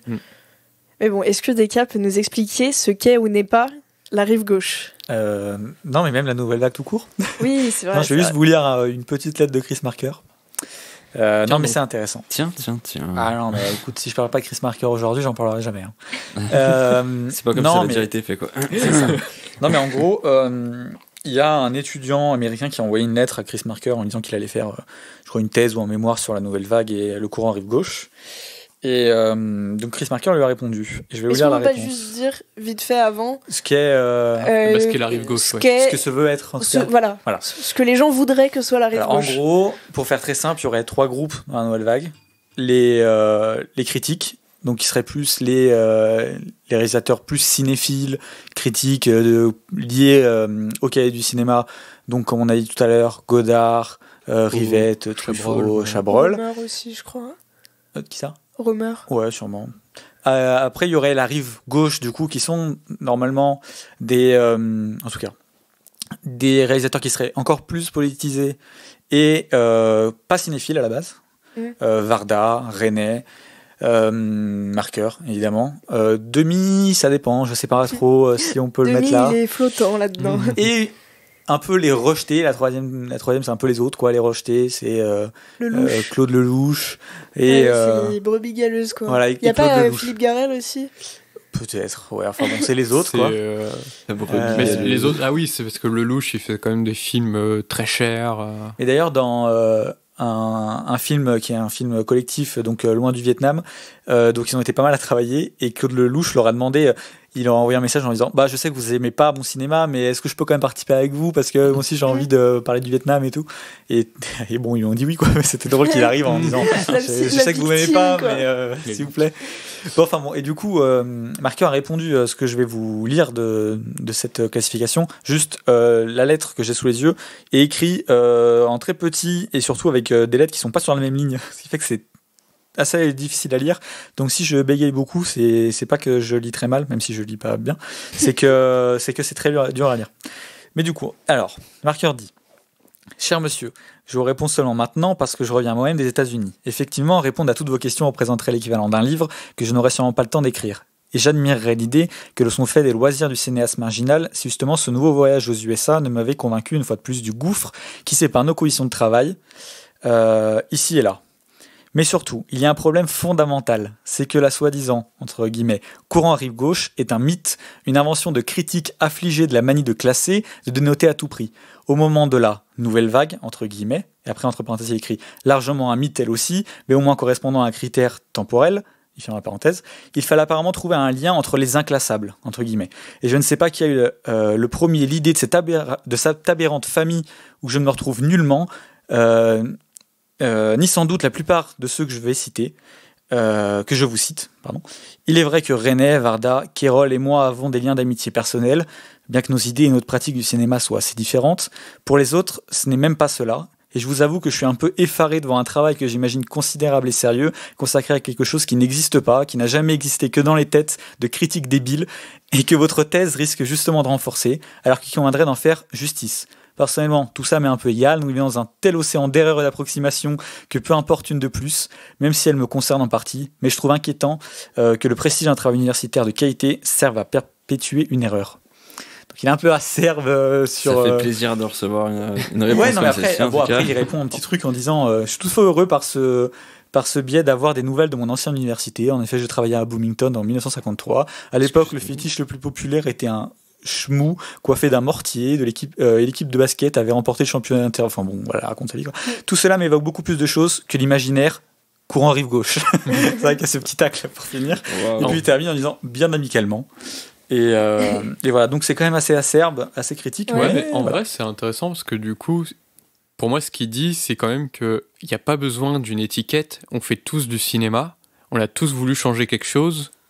Et puis voilà, pourquoi nous accoler une étiquette alors qu'on est tous différents et à la fois on fait tous le cinéma, quoi. Ouais, mais après ce qu'il dit, c'est que les critiques sont débiles. Bah oui, non. Et qu'ils cherchent juste à classer des trucs qui n'ont vraiment rien en commun et que c'est ridicule. Mais ça, c'est vrai. Hein. Donc pour lui, en fait, la nouvelle vague. On revient un peu à notre épisode néo-noir. C'est ça. Pour lui, je suis d'accord. Mais du coup, il dit aussi, mais à quoi ça sert de coller des étiquettes quand on fait tous un truc différent? C'est ridicule. Coup, ce qu'il dit, c'est que la nouvelle vague, le seul truc qui est un peu intéressant dans l'appellation nouvelle vague, c'est que c'est à peu près temporel. Oui, c'est et que ça, bon voilà, mais tout le reste pour lui c'est de l'esbrouf, ça veut rien dire, on s'en fout, après, c'est des conneries, quoi. Hyper extrême, quoi. Mais après, moi je trouve que ça, ça fait sens aussi. Hein. Oui, moi je trouve que ça fait sens, mais qu'il est très extrême dans le côté genre à peu près temporel, dans le sens où c'est quand même c'est moi qui le contemporain de. Oui, non, mais tu sais, il dit un truc de ce style, si ce n'est que c'est la même période ou un truc comme ça. Il dit largement un mythe, elle aussi, mais au moins correspond à un critère temporel.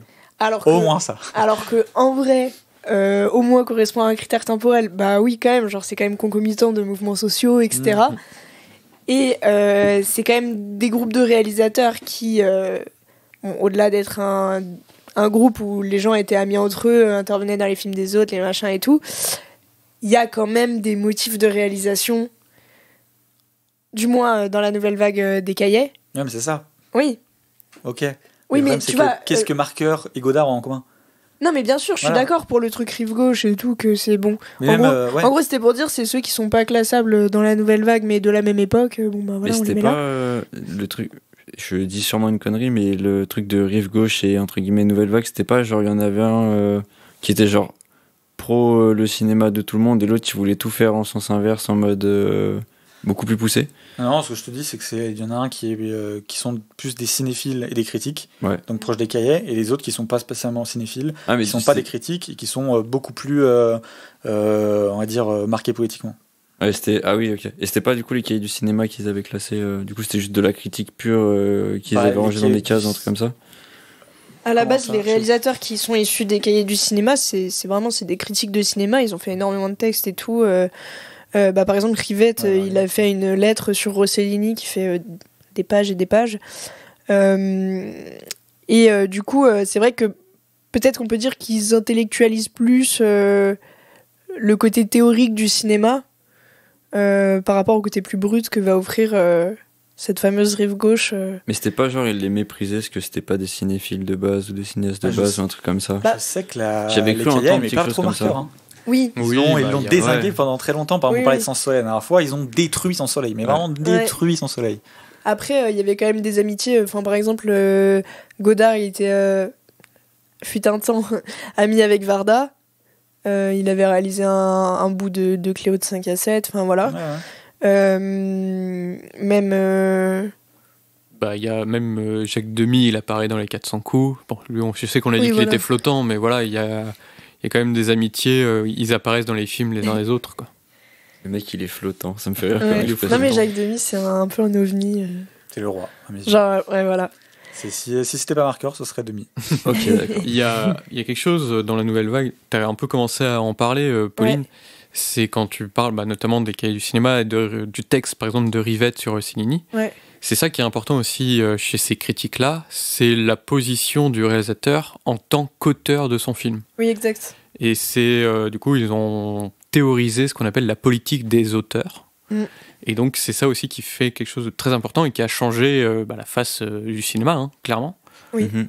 Parce que, et d'où les influences aussi, où notamment les cinéastes américains sont levés contre les gros studios pour dire non, moi je suis auteur de mon film, point, c'est pas toi le studio. Ouais. À une époque, hein. Maintenant, aujourd'hui, c'est un peu plus différent. C'est quelque chose qu'il faut prendre avec des pincettes, la politique des auteurs, parce Oui. que les gens ont tendance parfois à mal l'interpréter ou alors l'interpréter très à la lettre et du coup pas forcément comprendre exactement ce que ça veut dire. Je sais pas si tu veux finir peut-être. Non, mais du coup, vas-y, dis ce que ça continue. Bah, parce que en fait du coup t'as commencé à le dire, c'est politique des auteurs, c'est l'idée que le maître de son film vraiment c'est le réalisateur par rapport à toute une époque où c'était les studios qui avaient la main mise sur beaucoup de choses et où le film appartient au réalisateur. Et il y a vraiment cette idée que il y a sa patte dedans, que vraiment il s'exprime à travers son film. Et du coup, à la base, dans la politique des auteurs, c'était plus ou moins dit que le réalisateur doit être scénariste de son film pour pouvoir en être totalement maître, etc. Et déjà, ça a fait pas mal de mal aux scénaristes. Parce que, du coup, à l'époque, avant, dans la période réalisme poétique, etc., il y avait des grands dialoguistes, des grands, comme Audiard, des grands scénaristes, etc. Et là, tout le monde s'est mis à écrire ses propres films. Donc, ça leur a fait perdre un peu du travail, on va dire. Mais surtout, derrière, les gens ont voulu scoltiner à ça pour catégoriser les réalisateurs comme auteurs ou pas auteurs. Et en fait, tu regardes par exemple un Scorsese, c'est impossible de dire que c'est pas un auteur. Genre, ces films, ils ont vraiment des motifs, des trucs qui reviennent, des obsessions même. Enfin, tu peux tracer des 1000 fils rouges en fait entre les films de Scorsese. Et pourtant, il est pas du tout scénariste de tous ses films. Paul Schrader, souvent, non Sur Ou plusieurs, je- ouais. sur plusieurs, Schrader, ouais, il a réalisé plusieurs films, dont Taxi Driver, qui est considéré comme le chef-d'œuvre de Scorsese, quoi. Je sais toujours pas pourquoi, mais c'est un Et c'est autre vrai sujet. qu'on en avait déjà parlé. Ouais, ils ensemble. Ouais. Mais Et du coup, c'est quelque chose d'important, la politique des auteurs à cette époque. Oui, voilà, la nouvelle c'est ça. vague. Et ils vont même du coup, certains réalisateurs vont même reprendre des films étrangers, enfin des réalisateurs étrangers pour les mettre justement sur plus ou moins un piédestal, justement estampillé auteur, notamment Alfred Hitchcock, en fait, à l'époque. C'est vrai. Pour vraiment l'estampiller auteur de ses films. Voilà. Ouais. Il y a un bouquin de Truffaut. La conversation entre Truffaut et Hitchcock. Il me semble qu'elle est aussi trouvable sur YouTube, parce qu'il me semble qu'ils ont enregistré, en fait. Ok. Donc, peut-être à vérifier quand même. Mais sinon, il y a un bouquin. C'était retranscrit en bouquin très très cher, mais qui existe. Ouais. Et après, ça vous intéresse. Et ce qui est intéressant là-dedans, c'est que du coup, à cette époque, la dimension critique a aussi pris une place énorme. C'est pas juste la critique d'une dimanche que tu lis dans le journal, quoi. Et en fait, on en est arrivé à un stade où les critiques étaient les dénicheurs de réalisateurs. Et les cahiers du cinéma, par exemple, ils allaient sur les tournages de jeunes réalisateurs et ils faisaient des comptes rendus papier du tournage en mode ce que ça dit du film, etc., de ce qu'ils ont vu. Un peu comme pour ceux qui l'ont vu Babylone, mais je crois qu'en fait personne l'a vu ici. Non. Ouais. Non. Bon, dans Babylone, il y a une journaliste qui fait ça, qui suit les tournages de films, etc. Et du coup, il y avait un lien vraiment très fort. Et aujourd'hui, je sais les cahiers du cinéma existent toujours, mais ils font plus vraiment ce genre de choses. Il y a un peu moins ça, ouais. Et c'est assez génial. Enfin, moi, j'aime beaucoup l'idée de justement de l'époque des critiques de la nouvelle vague, enfin du cahier du cinéma de la nouvelle vague, où ils suivaient les réalisateurs, les auteurs, et ça a même continué même après la nouvelle vague, où il y a Truffaut, il va aux États-Unis en fait pour voir les nouveaux auteurs américains, et il va tourner avec Spielberg. Il tourne dans un Spielberg, Truffaut, c'est génial. Ouais. Juste parce qu'il kiffe ce qu'il fait justement, et que il a ce côté auteur aussi. Puis voilà, donc même après la nouvelle vague, il y a toujours cette idée-là. Ouais. Et en vrai, les cahiers aujourd'hui le conservent encore un peu, mais en fait, il y avait vraiment cette idée de, on pouvait vraiment identifier la ligne édito des critiques, et on pouvait dire, tel réalisateur, il est soutenu par les cahiers. Les cahiers adorent tel réalisateur, les cahiers détestent tel réalisateur. Et ça avait vraiment une place majeure en fait dans l'influence que ça pouvait avoir sur le public. Ouais. Puis il y avait un peu le combat positif qui est du cinéma. Oui. Ça, c'était aussi un combat politique. Hein. Bien sûr. Où, du coup, il y avait Positif, qui est une autre revue très connue de cinéma. Et chacun avait ses réalisateurs et ses auteurs qui défendaient, ils attaquaient celui de l'autre. Enfin, c'était un peu deux écuries, quoi, presque. C'est ça. Et aujourd'hui, je trouve qu'on n'a plus trop cette dimension et c'est un peu dommage en vrai. J'aime beaucoup l'idée que la critique peut avoir un autre rôle que juste dire si un film est bien ou pas. Mais vraiment. Tu parles d'Allociné là ou et encore, eux, encore ils n'ont pas la prétention de faire plus, on va dire. Oui, oui. Mais. Super Seven Mag, écoute, il faut lui donner. Écoute, on va parler de petits réalisateurs émergents dans le prochain. Ah ouais, est-ce qu'on peut avoir un nom en exclusivité? Oh, Pauline, peut-être Pauline Janon. Je peux le dire parce qu'on a tourné très récemment une interview de Taormina, un réalisateur américain qui a fait 2 longs métrages pour l'instant, qui sont plus ou moins connus des sphères très cinéphiles. Mais il y en a un, il est même pas sorti en France. Et voilà, donc on parlera de lui dans le mag. Je pense que personne ne le connaît, donc il y a un peu de gens qui se sont dit « Oh purée, on va voir Taormina dans le prochain mag, mais je donne ma carte bleue, quoi. » Non, mais tu vois, mais c'est intéressant. Je dis ça justement dans le sens où c'est un peu notre petite pépite qu'on déniche et qu'on va soutenir. C'est trop cool en vrai. Bah oui. Enfin, et du coup, je voulais juste revenir quand même sur l'idée des motifs de mise en scène. Ah oui. Parce qu'en vrai, c'est quand même un peu important d'en parler. Ouais. Que dans la nouvelle vague, on va rester sur le côté cahier. C'est ça qui est compliqué. Ouais. C'est du coup, si on prend la nouvelle vague, mais qu'on prend que ceux qui vont avec la définition qu'on donne et ceux qui vont pas, on dit non, mais c'est normal, pas eux. Tu vois ce que je veux dire? Non, mais je suis d'accord. Ouais. Mais je veux dire, je vais parler de motifs de mise en scène qui se retrouvent pas chez. Et encore chez Varda, ça peut. Oui, mais par exemple, pourquoi Chris Marker est dans la nouvelle vague? Je sais pas. Et parce tu vois, y a des c'est un trucs qui dissident, Chris Marker. Après, il y a aussi, Chris Marker, il a aussi eu ce côté de dézinguer les codes du cinéma. Donc d'un côté, il rentre aussi dans ce mouvement du nouveau cinéma, de la nouvelle vague, du coup, parce qu'il a cherché à faire du cinéma autrement. Il le faisait pas de la même manière que les autres, quoi. Mais voilà. Il faisait un autre que le nouveau, et en fait, la nouvelle mode. C'est ce que j'expliquais. Moi, je prends la nouvelle vague comme très large, où il n'y a pas forcément d'éléments vraiment de mise en scène, où chacun faisait un peu cette embrouille, mais de manière différente et qui cassait les codes de cinéma par son montage, par son expérimentation du son, sur l'image, sur aussi ses motifs narratifs. Parce qu'il y a aussi ça, il y a énormément de films qui parlent de la jeunesse et tout, française. Mais du coup, tu vois, t'arrives quand même à faire quand même à trouver des trucs, mais effectivement, il y a surtout cette envie de casser les codes du cinéma, que ça soit par sa mise en scène ou sa narration. Donc pour moi, Chris Marker rentre dans cette grande famille de la nouvelle vague. Mais voilà, c'est... Tu disais, Pauline un des trucs que je trouve... Mais tu vois, par exemple, là, je vais parler de trucs... Romer, je le compte à part de ça aussi, un peu. En fait, ils sont deux, quoi. Non, la deux et demi, bon. À un moment, ils ont fait un travelling, bon. Un truc qu'on retrouve beaucoup. Au-delà du son, parce qu'il n'y a pas que Godard qui fait des expérimentations avec le son, il y a d'autres réalisateurs où il y a des trucs un peu parfois bizarres. Et d'ailleurs, je me demande si c'est pas Chabrol le truc... ou alors Louis Malle. Je sais, honnêtement, je sais plus. Louis Malle, c'est Nouvelle Vague. Oui. Les premiers, ouais. Les premiers, ouais. Et donc, un truc que je trouve qu'on retrouve beaucoup quand même dans les films de la Nouvelle Vague, c'est au niveau du montage.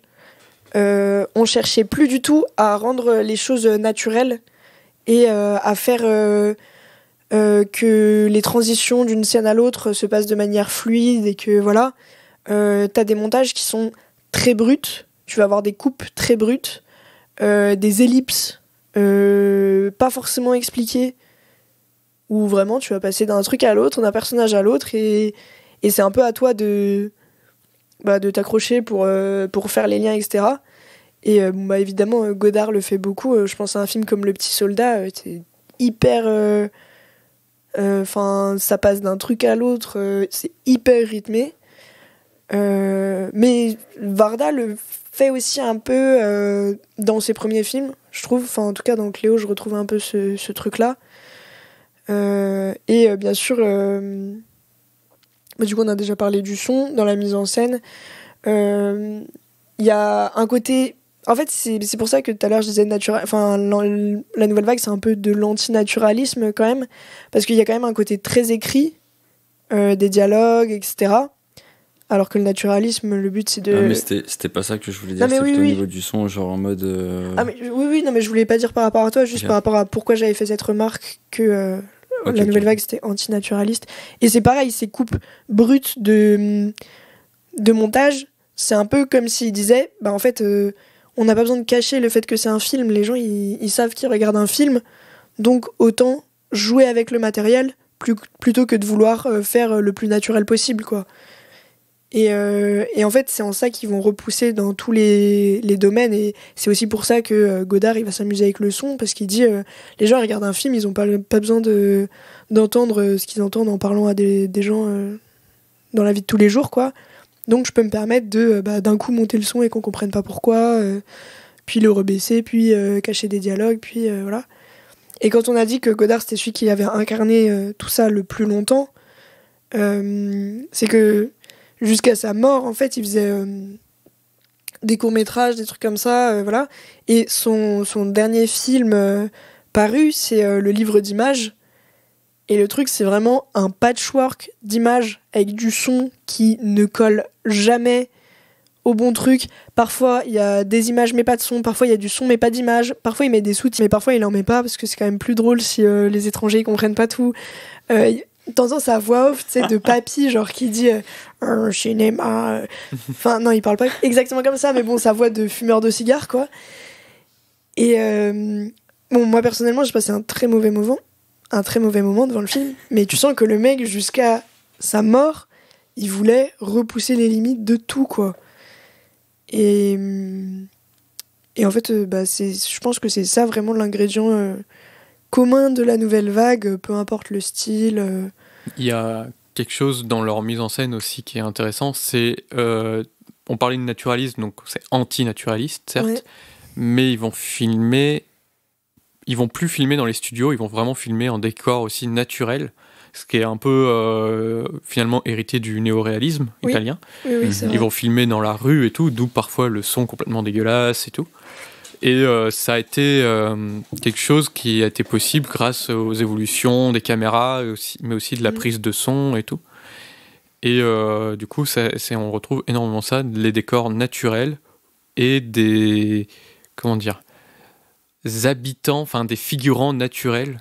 Je pense par exemple au Beau Serge, justement, qui est plus ou moins le premier film de la Nouvelle Vague. Il y a une figurante, donc c'est tourné dans la Creuse, c'est vraiment tourné dans la ville et tout. Et il y a une figurante, elle a l'accent de la Creuse, quoi. Tu comprends rien à ce qu'elle dit. Et vraiment, c'est pas retouché, c'est rien fait. Enfin, il y a ce côté ne pas retoucher ce qu'on tourne. Oui. Et du coup, pour être vraiment le plus brut. Peinture. Pardon. Nature peinture. Nature peinture, ouais.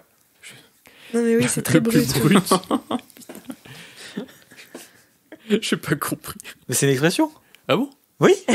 Ah merde, je crois que tu lâchais ça comme ça. Non, être nature peinture, quoi. Vous connaissez pas l'expression? Ah non. Si, moi je connaissais. Ah Moi, bon, je merci Pauline. C'est pas grave. Reprenons. Être le plus nature peinture, comme dirait Descartes. Ouais. Vraiment être le plus brut et voilà. Mais pas forcément le plus. Enfin, j'allais dire réaliste, non, c'est naturaliste, quoi. Ça cherche pas à être vraiment naturel. Non, ça, justement, c'est ça qui est intéressant, c'est que ça cherche à être spontané, mais pas naturel. Enfin, c'est difficile à exprimer. Regardez un film de la Nouvelle Vague, vous allez comprendre. En fait, ils veulent vraiment s'adresser aux gens à travers des histoires qu'ils connaissent, à travers des histoires très avec un propos très social. Enfin, c'est quand même souvent des milieux prolétaires. Des trucs jeunes autour de la jeunesse. Tu vois, aussi, oui, voilà, 400 coups, typiquement, c'est le jeune fils de prolo qui fait des bêtises. Enfin. D'ailleurs, c'était pas l'arrivée à cette période d'acteurs.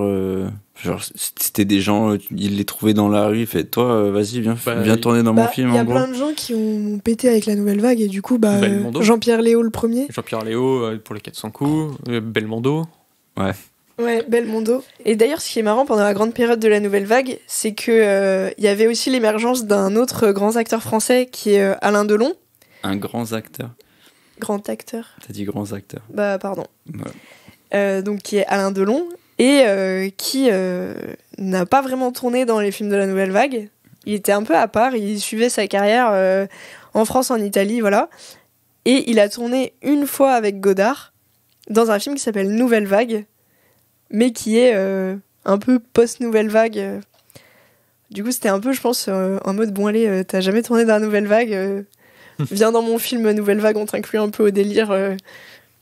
Et alors que derrière, après ça, il a eu une carrière un peu similaire à Belmondo, finalement. Mais c'est vrai que Belmondo, c'était une grande tête de la Nouvelle... Il y avait, au départ, lui chez Godard, et... Jean-Pierre Léo chez Truffaut, et puis ils se sont un peu échangé leurs acteurs. Après, Jean-Pierre Léo a un peu tourné chez Godard et inversement. Et il y a des actrices aussi. Bernadette Lafont ? Non. Mais il y a Anna Karina déjà. Anna Karina, oui. Qui a été la compagne de Godard d'ailleurs, pendant longtemps. La pauvre. Oui, non, il y a eu plein d'acteurs, d'actrices qui sont ressortis en fait de la Nouvelle Vague. Catherine Deneuve, mais je sais pas si ça marche parce que c'est demi. C'est demi, il est toujours c'est le flottant. Mais techniquement, ça marche. Deneuve, elle a joué chez Truffaut, post-Nouvelle Vague. Mais dans quand quoi même. Non, elle a pas tourné chez Truffaut Si, mais elle a fait... C'est pas elle dans La peau douce ? Je crois. Et c'est pas elle et Belmondo dans La sirène du Mississippi ? Je sais pas. Sans doute. Une très bonne mais question, il me semble que Deneuve a tourné quand même pas mal de films avec les réalisateurs de la Nouvelle Vague, ça c'est sûr. Moi j'ai un peu fait le tour sur la Nouvelle Vague. Ouais, pareil. Je me rends compte que j'ai rien retenu de mes cours, donc c'est très très bien en tout cas. Moi je me rends compte que j'ai retenu beaucoup de mes cours, et ça c'est très cool. Très bien. Non mais en vrai, parce je suis que déçu. Pour le coup j'ai pas vu beaucoup de films de la Nouvelle Vague, mais je connais pas mal de choses grâce à des cours que j'ai fait. Deneuve est pas dans La peau douce. Ah. C'est Françoise d'Orléac. Ah oui, Françoise d'Orléac qui est aussi une actrice de la Nouvelle Vague. Bah, qui est la sœur de Catherine Deneuve. C'est pour ça que t'as confondu, je pense. Oui, bah oui. Écoutez, avez-vous d'autres choses à dire? Est-ce que déjà t'as compris un peu plus? Bah, j'avais déjà une petite idée, du coup, Ouais. ça m'a fait une petite piqûre de rappel, on va dire. Bon, après, je dis ça en mode je fais le gros tâteur, mais voilà, mais non, en vrai, j'avais déjà une petite idée, donc je suis pas. J'apprends rien de grand de plus, mais c'est cool aussi d'avoir la petite piqûre de rappel, mine de rien. J'espère que personne nous écoutera et dira pour moi j'ai toujours pas compris ce que c'est la nouvelle vague, comme après notre épisode sur Néo Noir. Néo Noir. Après, Parce c'est que- quand même- mais après c'est très compliqué, franchement, en vrai, à ça définir serait pas comme- étonnant, hein, Non. ça s'entendrait, tu vois. Même moi je suis pas sûr de. Enfin je comprends, mais c'est vrai que c'est plus j'ai l'impression un mélange entre un lieu et une époque à un moment donné que vraiment. Enfin Oui. je sais pas. Bah, c'était vraiment des gens qui avaient envie de briser les codes et Oui. de voir de nouvelles choses et de proposer de nouvelles choses, quoi. Oui, si mais si ça- ce serait à résumer, c'est ça, quoi. Ouais, Mais en fait, c'est une idée, on va dire plus. Ouais, puis, Ouais, voilà. C'est une idée qui s'associe à un mouvement social global. Mm. Euh, C'est vrai que c'était juste, un mouvement très politique aussi. Ouais. Avant tout, je crois, quand même. Bah oui, beaucoup. Voilà, quoi. Vous voulez passer au film On vous l'a avez pas pas choisi. retenu, du coup? Bah ouais. Ouais. Écoute, allons-y. Et bah, let's go. Non, j'ai eu un blanc parce que je pensais que tu allais commencer le frigo en disant est-ce que ça a été dur pour vous? Du coup, j'attendais, tu sais, je suis tellement devenu ritualisé Ah ouais, d'accord. que j'attends le départ. Ça a été dur pour vous? Euh, En vrai, si là vous me dites que ça a été dur, normalement j'arrête de poser la question parce que c'est tout le temps dur, tu vois. Non, moi, ça a été très facile. Ah. oui, bah oui. Moi, c'est pas que ça a été dur, c'est que, bah, un peu comme pour Comédie Musicale, j'avais pas envie de regarder les films, en fait, de la nouvelle vague.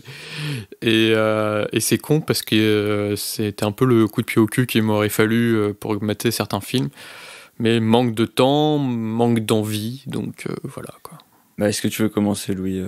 Ouais, je vais commencer. Bah, comme j'ai dit un peu plus tôt, moi j'aime beaucoup Truffaut. Donc j'ai hésité énormément avec du Truffaut. J'ai quand même choisi un Truffaut. Ok. Mais j'ai hésité avec La mariée était en noir, qui est un film où Truffaut s'inspire pas mal de Hitchcock sur une... Et du coup, c'est une femme qui va tuer les meurtriers de son mari.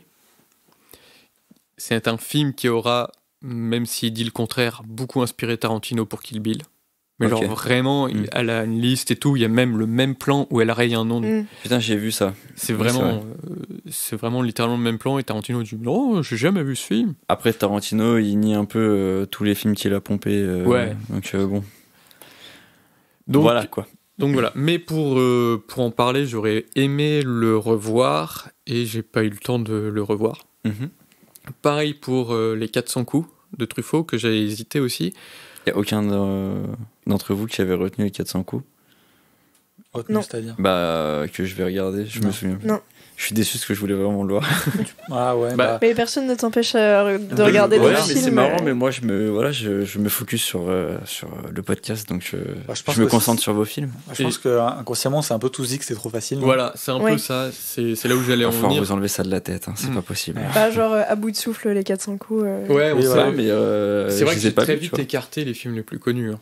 Et notamment donc les Et 400 c'est coups. tellement bête au final. Mais parce oui, qu'en c'est un plus, peu c'est bête, pas hein. comme si c'était les trucs les plus vus de tout le monde. à nous. Oui, oui, Bah, mais bien voilà. sûr. En vrai. Mais la nouvelle. Enfin, en fait, moi, je sais que.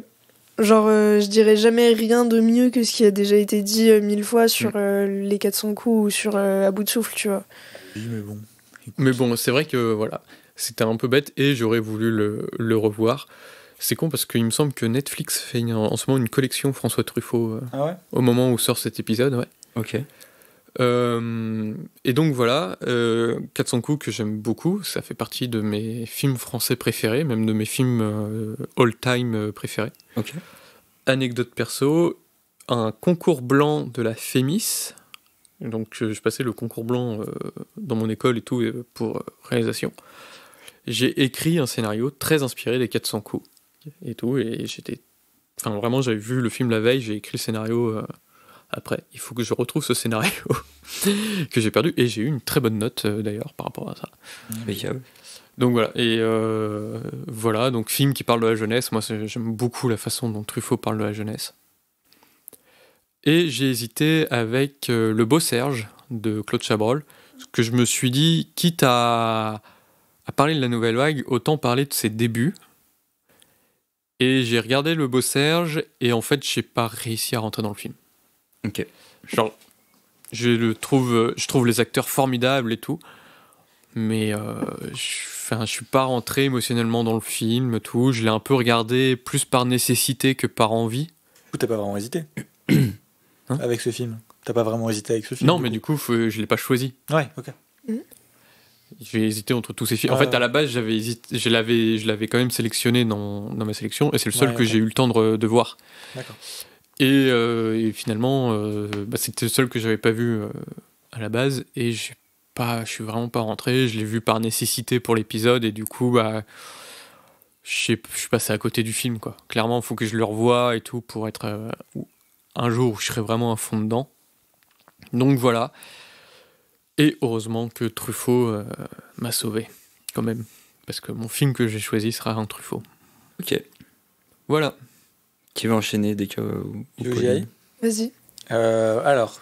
Combien de Chris Marker du coup t'as décidé de me donner Toute sa en discographie. Fait, non. En fait, c'est étonnant, mais en fait, quand je pensais, à aucun moment je me suis dit que j'allais prendre un Chris Marker. Mhm. Parce qu'en fait, c'est tellement spécial. Et c'est de la nouvelle vague, mais ce qu'on disait, c'est que c'est quand même très spécial de la nouvelle vague. T'as déjà vu La Jetée. Du coup, t'as déjà vu Son Soleil. Et je me suis dit, est-ce que vraiment, par exemple, te faire voir Le Fond de l'air est rouge, qui est un film de 3 heures avec des images d'archives, est-ce que ça. C'est genre, ok, c'est. Enfin, est-ce que ça fait vraiment penser à la nouvelle vague là comme ça? Est-ce que c'est vraiment pertinent? Bon, non. Le Joli Mais, je l'ai toujours pas vu. Tiens, ce que tu viens de dire, pardon, je te coupe. Non, vas-y. Juste pour faire un aparté, il y a un truc aussi qui m'a un peu gêné, moi, dans mon choix de film, je sais pas pour vous, mais c'était un peu aussi chercher quel réalisateur fait vraiment partie de la nouvelle vague. Genre, il y avait certains où ils disent « Oui, ça fait partie de la nouvelle vague ». Genre Piala, Ah, pas du tout. Ah ouais, non. Et alors que pas du tout pour moi. Enfin, même si nous nous vivons pas ensemble, il y a des aspects qui font penser à la nouvelle vague. C'est pas de la nouvelle vague, mais il y en a qui disent que c'est de la nouvelle vague.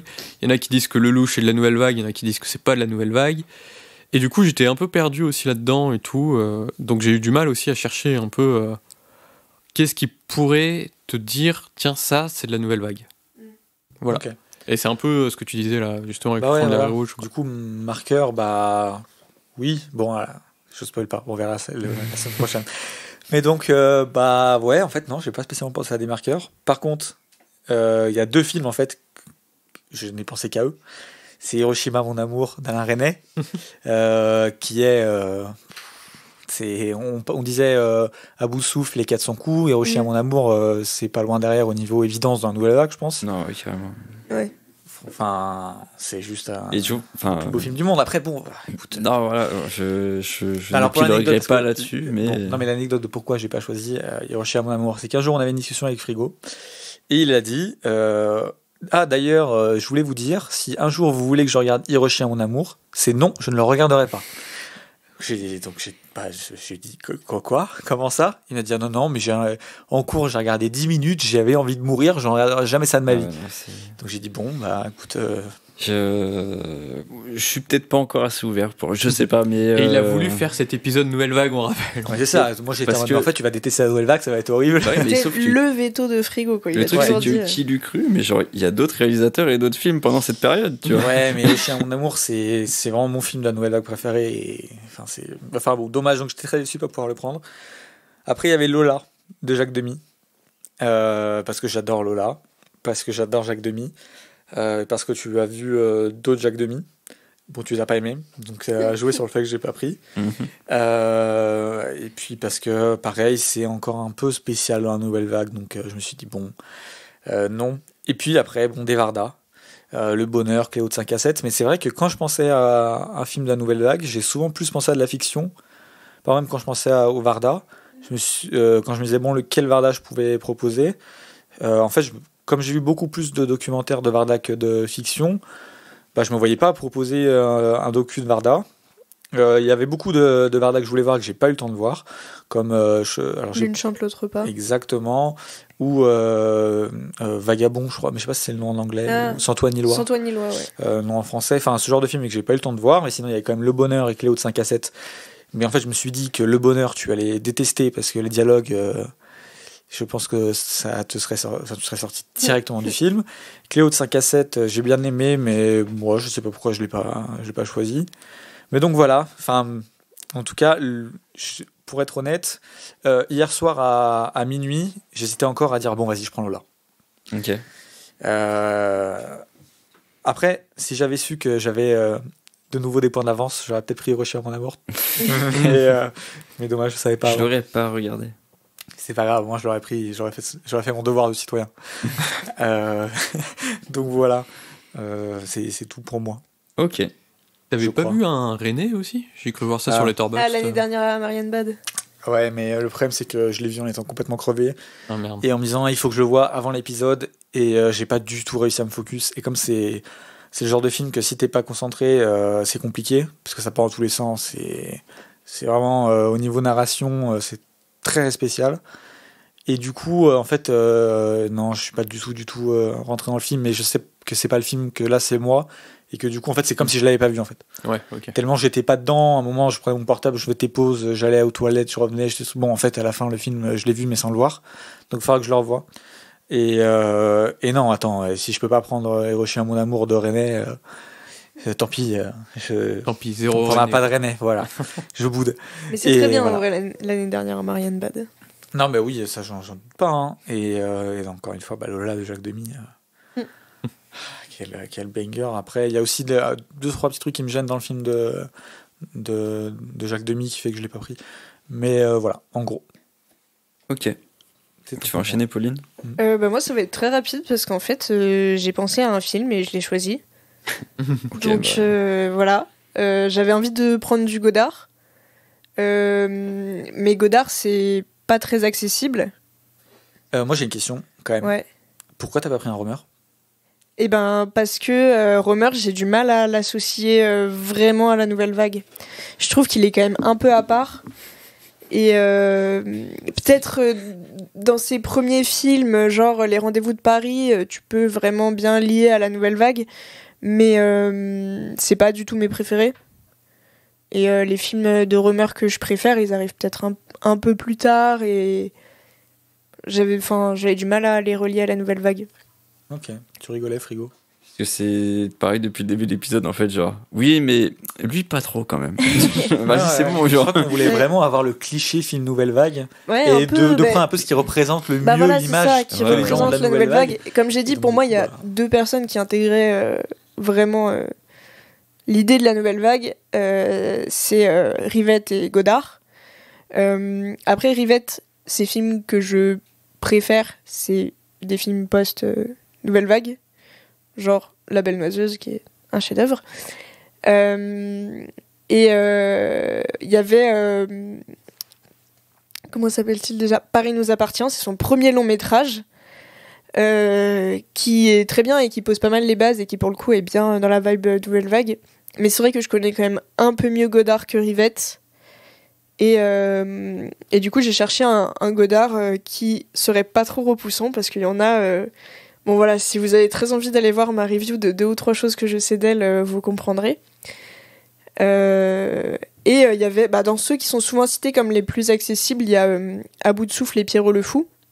À bout de souffle, c'était un peu facile. Pierrot le Fou, j'étais pas convaincue que ce soit si accessible que ça. C'est avec qui déjà comme acteur Belmondo. Avec Belmondo et Anna Karina. C'est dans celui-là où ils sont en train de parler en plein milieu d'une rue et t'entends que le bruit de la rue et plus le dialogue. Ça, c'est dans À bout de souffle. Ouais. Ok. Ça, c'est J'ai vu des extraits de les deux, en fait, c'est pour ça que je... Bref. Ouais, voilà. Et dans les Godard que j'adore, il y a aussi Le Petit Soldat, qui parle de la guerre d'Algérie, mais d'une manière nouvelle vague. Enfin, voilà, très Godard, quoi. Et je trouvais ça intéressant comme film pour montrer l'aspect politique au sein des films de la nouvelle vague. Mais j'en ai choisi un autre qui retrouve aussi un peu tout ça, et voilà. Ok. J'ai envie quand même de m'adresser aux gens qui nous écoutent. Mm-hmm. Parce que à chaque fois qu'on fait les films dont on ne parlera pas, on a souvent l'argument de c'est trop facile. Et à chaque fois, frigo souffle. en disant ah, on s'en fout, c'est pas la question, tant que je l'ai pas vu, ça compte.